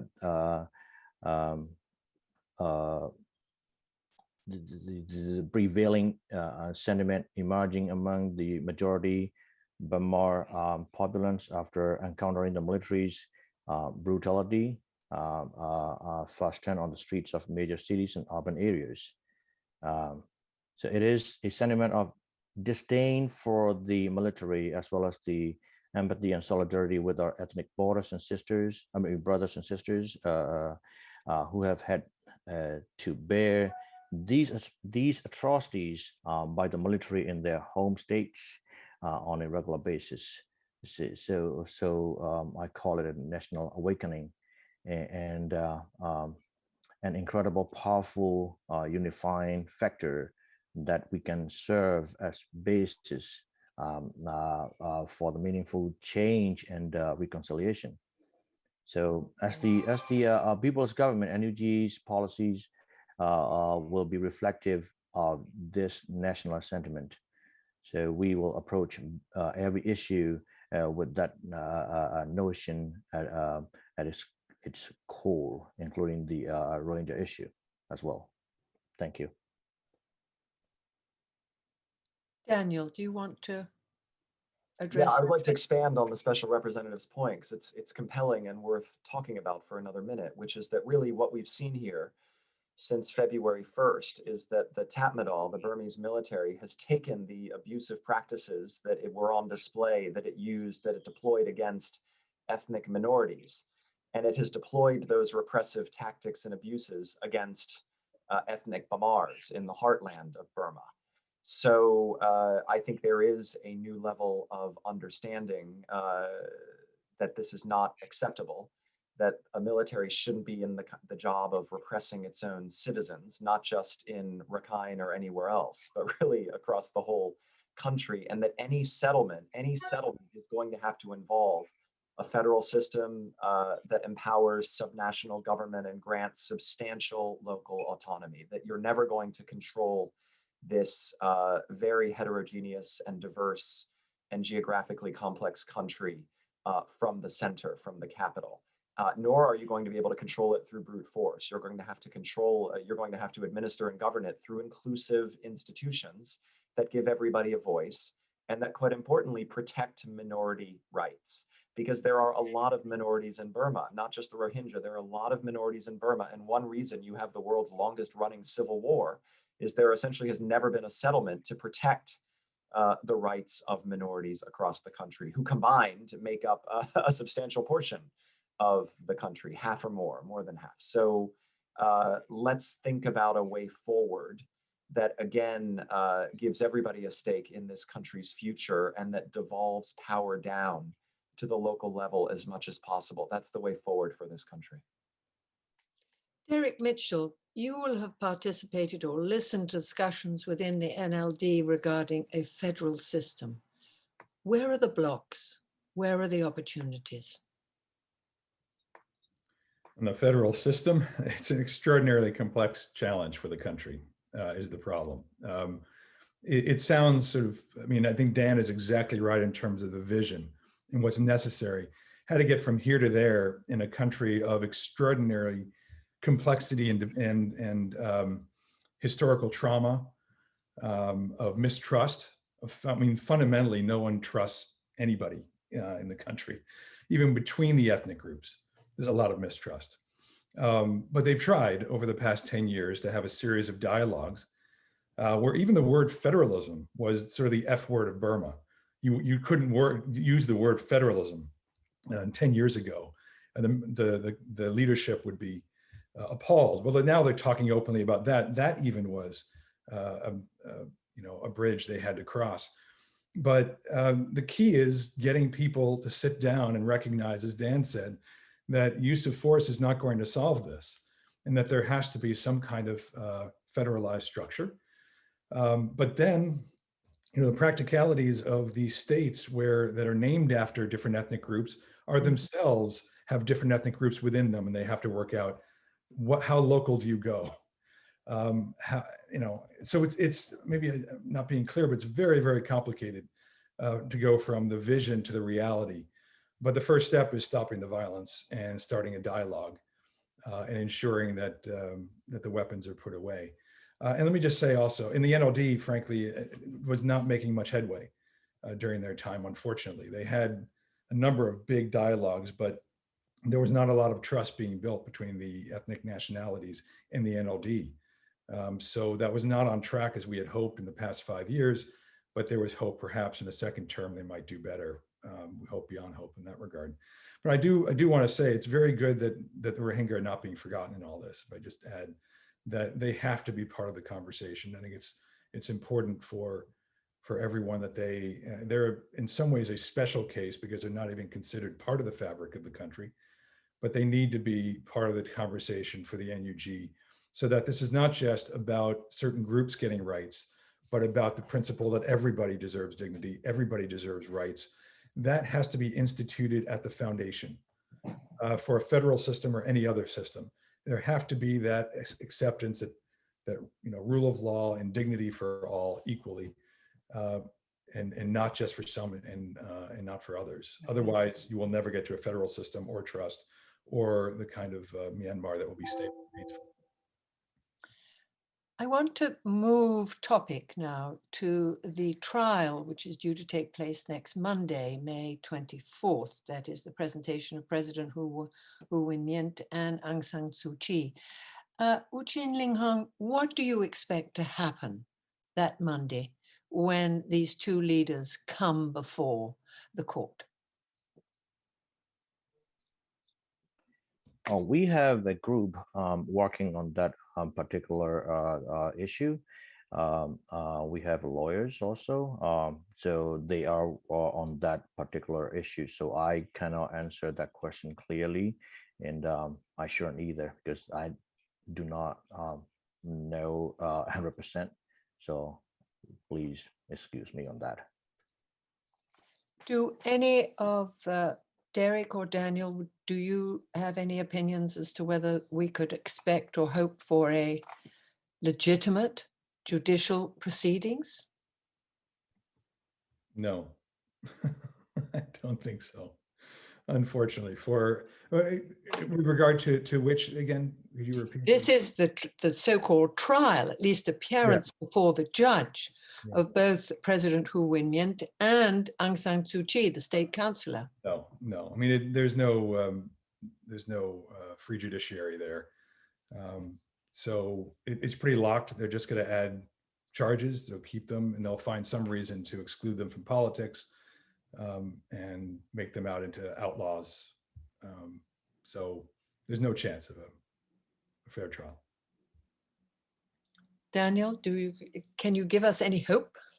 They will appear before the public. Maybe they are able to make statements at that time, or will they be silenced? So I think we're all waiting and watching and curious to see. I mean, we really have not heard from her because her communications channels have been closed down. And it really is just a reminder of all those extraordinary years when she was under the military's lock and key in the bad old days for such a long period of house arrest. I mean, I think we're all just really startled that we're back to this, and the prospect of some kind of show trial, should that occur, will not make the military's job any easier. It will make it much harder to come to some kind of settlement that will take the situation in a more positive direction, not just for the country, but frankly for the armed forces, who are not actually able to govern this country in its current state because of their own actions. So it is a chance, hopefully, for a reset, but of course, it will not be a credible trial. So we should not get our hopes up.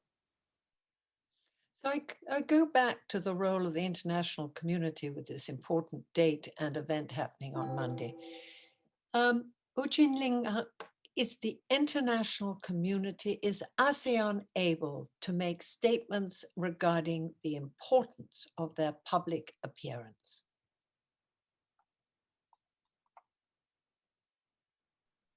I would say yes. ASEAN, like Derek and Daniel said, ASEAN plays a big role because they are neighboring countries, but they do not make any types of action yet, and we are expecting a lot from that from the ASEAN, but they haven't done it yet. And that public appearance is very important also, and the ASEAN should make some kind of announcement, and then they should talk to the military leaders on that. But I don't think military leaders will listen to them at all either. Derek Mitchell, can we see any more optimistic response or taking advantage of this May 24th judicial appearance? Well, we'll have to see if they're going to allow them to speak, but I don't see much optimism. Look, the country is behind them.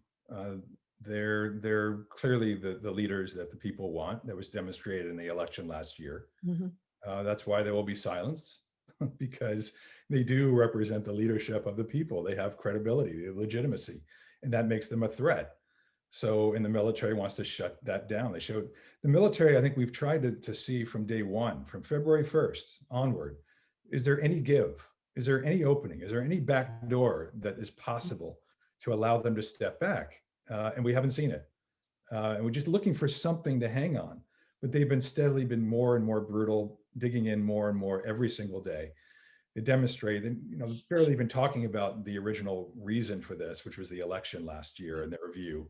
It's all about power and corruption and their own mindsets. So no, I don't see them giving it all. There's just no reason to be hopeful in that regard, which is why there needs to be a cost imposed from the outside, because the people have also said enough is enough and we're tired of this. We're not going back. So that irresistible force and unmovable object will lead to, as we talked earlier, a lasting conflagration, use that term again, in the country, that the region then needs to step in and do something. More, whether it will have the effect we want it to or not, there has to be more of a cost imposed to see whether there is a possibility for the military not to go away, because the military will have to exist in some form, but we know there are differences within the military, and maybe somehow, some way, tiny chance that they will change their calculation. Somehow they'll see they do not have a viable path forward, and there may be another path they want to take that protects the majority of the military's interests. We have to at least act like that. And right now we haven't done enough to put the pressure on to get them to that phase. And otherwise we're not seeing them look for a way out or show the kind of opening you're suggesting, where May 24th might be a moment for optimism. So I'm going to try and find another weapon, and it is with Special Representative Ching Hung, Generation Z. You were part of Generation 88. Generation Z has enjoyed democracy and degrees of freedom rarely known. Is this generation more able to assert its rights and to continue the protest movement? Yes, this generation, I would say, is more capable than the other generations ever. I don't want to assault anybody, but this generation is very, very important and very, very capable, because they have seen what democracy is. They have seen, they have a taste of what democracy is. Also, they have a taste of what freedom is. They have a taste of what freedom of speech, freedom of media. So they have seen a lot already, and they have access to internet, and they have learned a lot from the communities around the world. So they know what they have to do. That is why they will never surrender. They will keep fighting for the democracy to restore back in Burma. And they are working together with the other generations like us, generation X, Y, Z, and they have access to the world also. Even though the internet access is shut down, they are finding a way out. So that is incredible. They have those kind of skills, and they are communicating with us in the United States. From Burma to the United States, from Burma to EU, from Burma to other countries, from other leaders. They are communicating each other, with any possible ways, and they will never stop until the democracy is restored. You are so encouraging. What was the latest message you got from Generation Z this morning or last night? I talked to one of the young Generation Z groups back in Burma, and they are trying to invent something that they can use to knock down the military regime. So, but I cannot say what that is. Of course. Can I just add one thing there?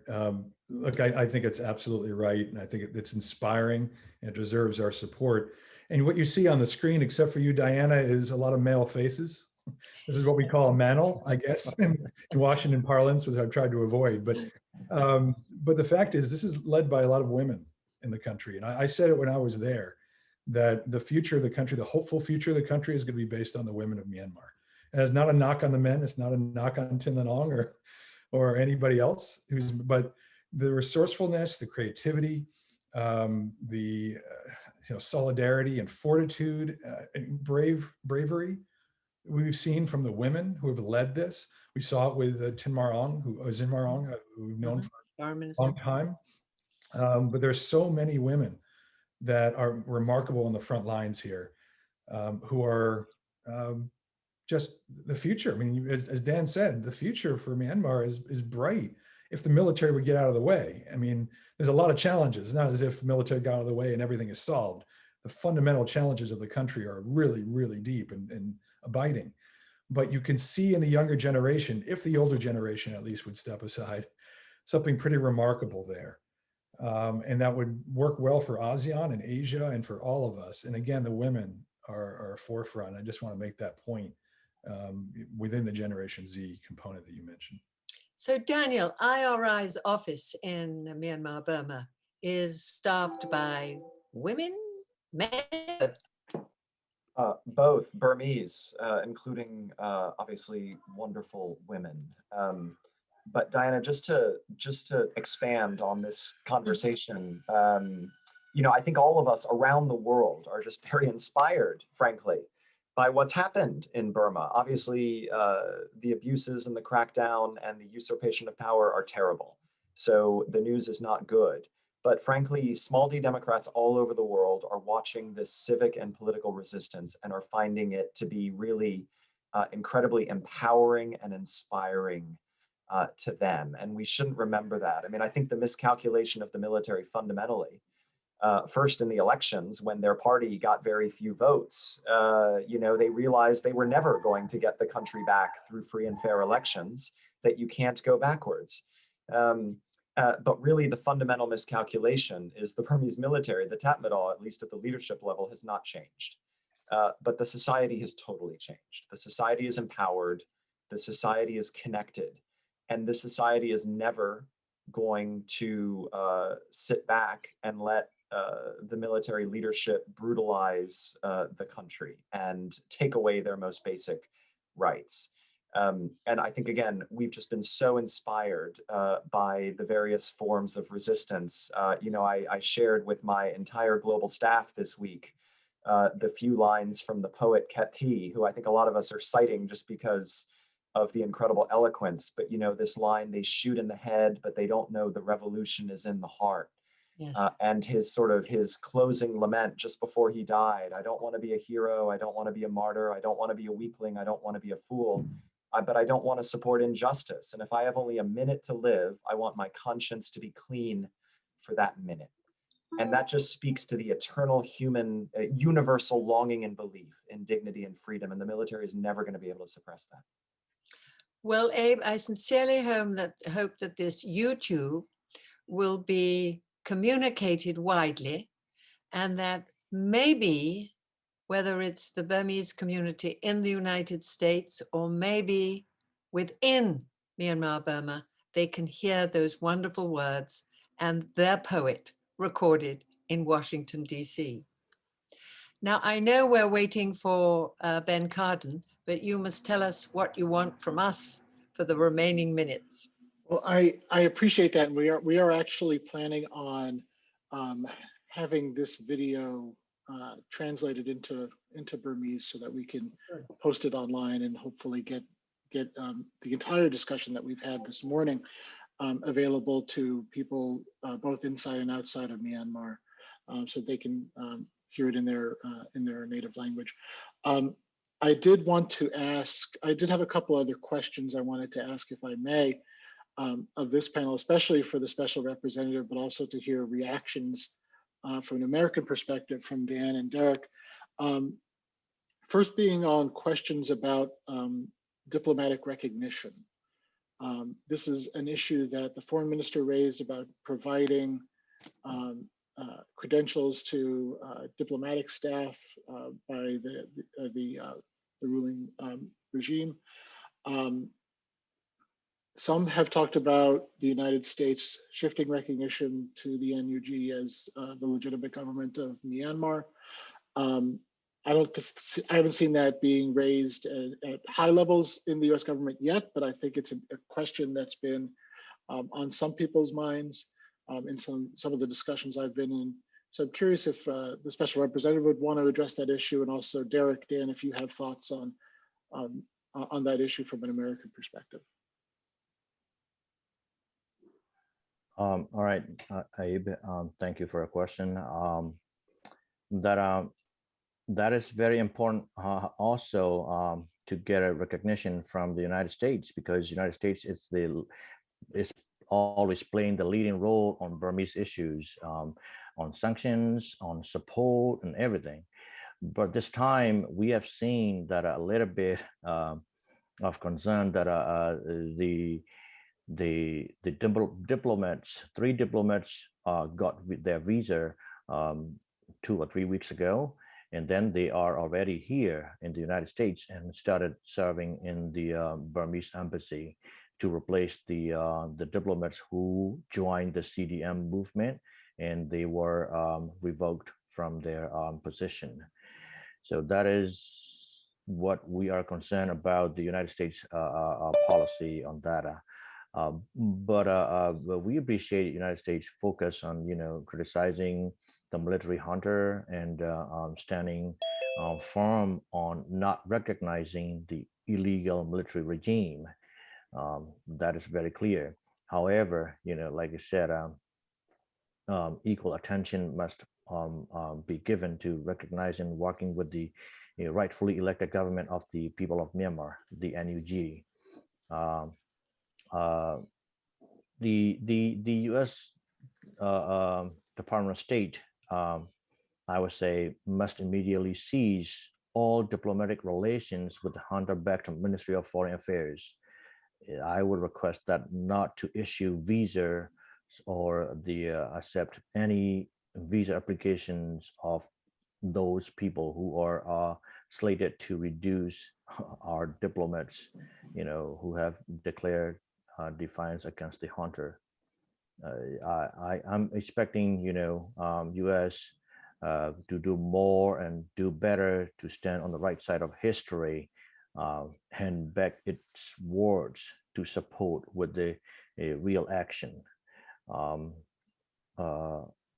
And another thing is, I would request that, I don't know if that is possible or not, but I want to see that U.S. government appoint a dedicated special envoy for Burma to give this issue the attention and the priority it deserves. We envision the role of the special envoy to work closely with us and serve as the primary interlocutor across the U.S. government agencies, as well as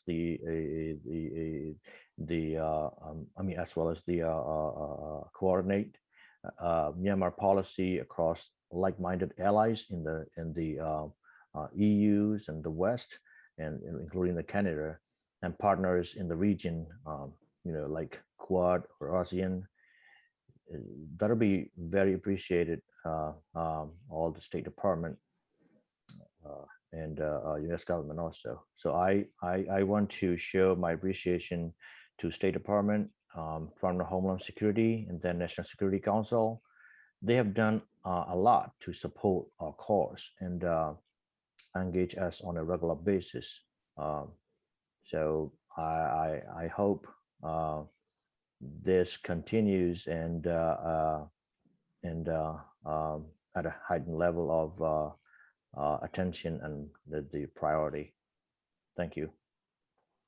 Thank you. Dan, Derek, your reactions on this issue, on the special representative's comments?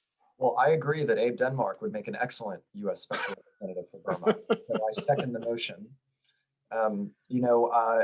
Derek is the diplomat here, not me, as may be obvious already. But there is a parallel with Venezuela, where it was under the last administration that the U.S. State Department actually asked the Maduro diplomats to leave, since he had stolen an election and is not a legitimate leader, and handed the Venezuelan embassy over to the Venezuelan government, representing the Venezuelan parliament that was freely elected, that has remained the only remaining democratic institution in that country. I mean, there are some parallels with Burma, because you do have an elected parliament here in the form of the CPRH, and then by extension the NUG, that actually has popular sovereignty via the ballot box that represents the will of the people. So it may be interesting to look at that Venezuela parallel a little more. Thank you, Dan. And I just say that, I mean, I think what Tin Lin Aung says is quite strong and reasonable. I think most important for the State Department, for the West, and for everybody is simply not to legitimize the military junta and to give all due respect to the NUG and the CRPH as legitimate representatives of the people and the national will.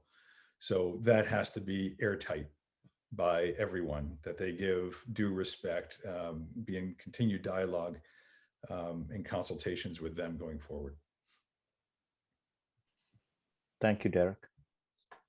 Well, thank you to this entire panel, Special Representative Tin Aung, Dr. Negroponte, Dan Twining, Ambassador Mitchell. Thank you all so much for participating in this panel. It's been very interesting and very much appreciate your comments and thoughts on this. Thanks. We're now going to turn to conclude today's event. We're going to turn to Senator Ben Cardin of Maryland for his concluding remarks. Senator Cardin was first elected to the United States Senate in 2006 and previously served in the U.S. House of Representatives beginning in 1987. Senator Cardin currently serves as chair of the Small Business and Entrepreneurship Committee, and he's a senior member of the Senate Foreign Relations, Finance, and Environment and Public Works Committees, and has been a leader in Congress on foreign affairs for decades. I would also note that both myself and Special Representative Tin Aung are Maryland residents. So with that, Senator Cardin, it's my pleasure to hand things over to you for concluding remarks. Well, to Abe Denmark, why do you think I accepted your invitation? I knew that you were a Marylander. I try to give good constituent services. So thank you so much for your work at the Wilson Center. The Wilson Center is one of our most important entities, and we thank you for what you do. You remind us constantly of our responsibilities as global citizens, and we appreciate that. And just your mission, which is independent research, open dialogue, and actionable ideas, is exactly what we need in global engagement. So we in the Senate really value the contribution that you make to our debate on foreign policy, and today is no exception. You had an excellent program in regards to what has happened in Burma, and we very much look forward to the type of discussion you had with the special representative, your panel, with my colleagues in Congress as to what we need to do. But let me put this with the backdrop of what is happening globally before we get to the specifics in Burma. We are seeing a significant challenge to democracy. The Freedom House says we've had a 15-year global democratic recession, with more countries declining in democratic institutions over that period of time. And I could go through specific countries. You've gone through some of them. We know what's happening in Russia, constant decline with now the tragic detention of Mr. Navalny and his health being very much questioned. We saw what recently happened in Belarus. Not that that's a democratic country, it's not, but moving in the wrong direction, not in the right direction. We see that in NATO partners, the decline of democracy in Turkey, but also in countries like Hungary and Poland. We see that in our own hemisphere. I caught the tail end of your discussion about Venezuela. We also could talk about Cuba. There was great hope that we were going to see some significant change in Cuba. Well, there's been mixed action there. And of course, Cuba's actions in Venezuela is certainly not helping democratic development. And even a country like Colombia, a country that I've taken a great interest in with Senator Blunt, the two of us co-chaired the Atlantic Task Force on Colombia, we've seen some troubling trends in recent months. So in the backdrop of looking what's happening in Burma, we need to understand that there's been a global challenge to democratic states. At the same time, we've seen a significant uptick in corruption. Now, corruption's in every country, but corruption's the fuel for autocratic regimes, as we've seen with Mr. Putin perfecting it with his oligarchs on how he uses corruption to sustain his power. So we also see that we've had a challenge for independent reporting. And it's very interesting, out of sight, out of mind. If you don't know what's going on, you don't respond to it. And I give as a way of an example, it was the photographs that came to public view in regards to the torture episodes about the United States that brought about change in our country. You need to have accurate reporting in order to be able to get global response. And reporters are challenged in all parts of the world in regards to their safety. I want to thank Radio Free Asia for the work that they have done in regards to Asia. It's been an important source of information, but we have to recognize that we have a serious trend of the safety of journalists. Add to that the future and effectiveness of NGOs and how they have been challenged by certain laws that have tried to minimize civil society engagement in the country. All of that has made it more challenging. NGOs and civil societies, to me, are the guardians of democracy and human rights, and they are being challenged today. So I put that all in context as we looked at what we can do with Myanmar. And quite frankly, Burma was an isolated state, as we know, under military control, under an iron hand, in violation of basic rights. And the United States led a global effort to isolate Burma because of those extreme activities of autocratic and oppressive regimes. And then we saw some progress being made. We saw the effort to install a civilian government. The President of the United States, President Obama, took personal interest in the country. And we saw real progress that we thought could be made towards democracy with the election of the National Unity Government. All of these were very positive steps and caused the United States to say, hey, you know, maybe what we did before has worked. Maybe it was too extreme, but it's time to start really moving towards a much more normal relationship, not only with the United States, but within Asia and within the world community. And we were moving in that direction. And yes, there were bumps along the way. And there were days that things were going that we were not happy about, but we thought we were on this path. And I remember many meetings with representatives of the National Unity Government as we were making this type of progress. But then two things happened. First, as we all know, the coup on February 1st. The abrupt seizure of the will of the people from the will of the people by the military junta. That was unconscionable and required immediate action. I was pleased that Senator Young and I introduced legislation within days that has been passed condemning the military coup in the country. But at the same time, there was another events that were occurring of severe human rights violations against the Rohingya population.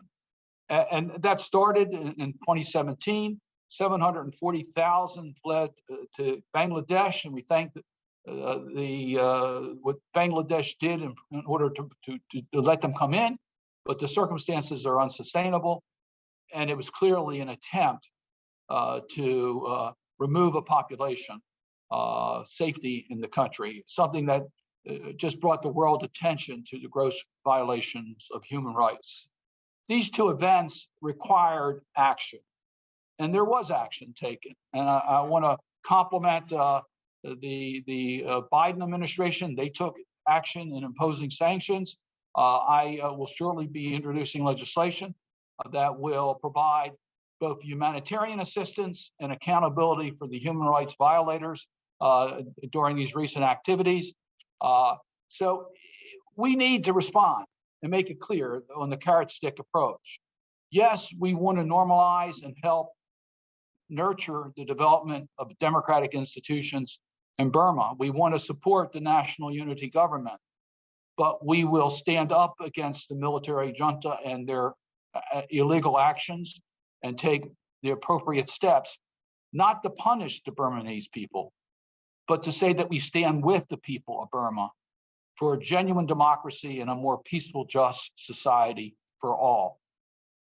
I started by putting this in the backdrop of what was happening globally.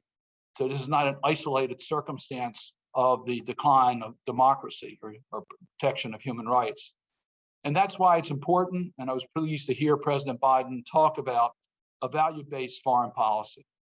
We really need to wrap our foreign policy decisions in our values. And that's why I was pleased to be one of the leaders in Congress as we passed first the Magnitsky Sanction Act and then the Global Magnitsky Act. And by the way, in the bill that's on the floor of the Senate as we speak, there's a permanent extension of Global Magnitsky that's included in that. And US leadership, other countries have acted. We've now seen the EU act. Of course, Canada's already acted. We've seen other countries follow our suits, that if a country doesn't protect the human rights of its citizens, we'll take action against the perpetrators of those gross violations of human rights. And we need to do more to fight corruption. So yes, I have introduced some additional legislation that would, with Senator Wicker, that would provide the capacity within our missions to understand the circumstances of corruption within the states that they represent the United States at, and to have action plans. And with Senator Young, these are both bipartisan bills, so that we use a rating system similar to what we do in trafficking in humans to track progress in all countries in which we have relations in progress to fight corruption, because that's the fuel for the autocratic power structure. So we really need to embrace the value-based foreign policy, whether it's in Burma or other parts of the world. And I must tell you, I think the discussions you're having at the Wilson Center so much helps us. So let me just conclude where I started. Thank you for holding this meeting this morning. It's very important. I look forward to your actionable ideas, which is one of your principles, so that we can help along with the administration provide guidance for the people of Burma so they can truly enjoy a government that respects their rights and represents their rights. Well, thank you, Senator Cardin, for your thoughts on Myanmar and broader regional and issues of human rights. Thank you for such kind words about the Wilson Center. We very much appreciate it, and it's wonderful to see you. Thanks for joining us. My pleasure, everybody. Stay safe and keep doing the great work you're doing. Yes, sir. Thank you. So today, we've explored a truly complex and ever-evolving crisis with profound implications for the well-being of millions of people in Myanmar and the long-term health and success of democracy for that beautiful country. Going forward, the United States and the international community, and most of all, the people of Myanmar, face a growing crisis that will require tailored policy responses and coordination to resolve. Our goal today was to discuss these issues and better understand what the United States can do. We at the Wilson Center will continue to work on these and other issues across the Indo-Pacific and around the world. And with that, thank you for joining us today, and we hope to see you again soon at the Wilson Center.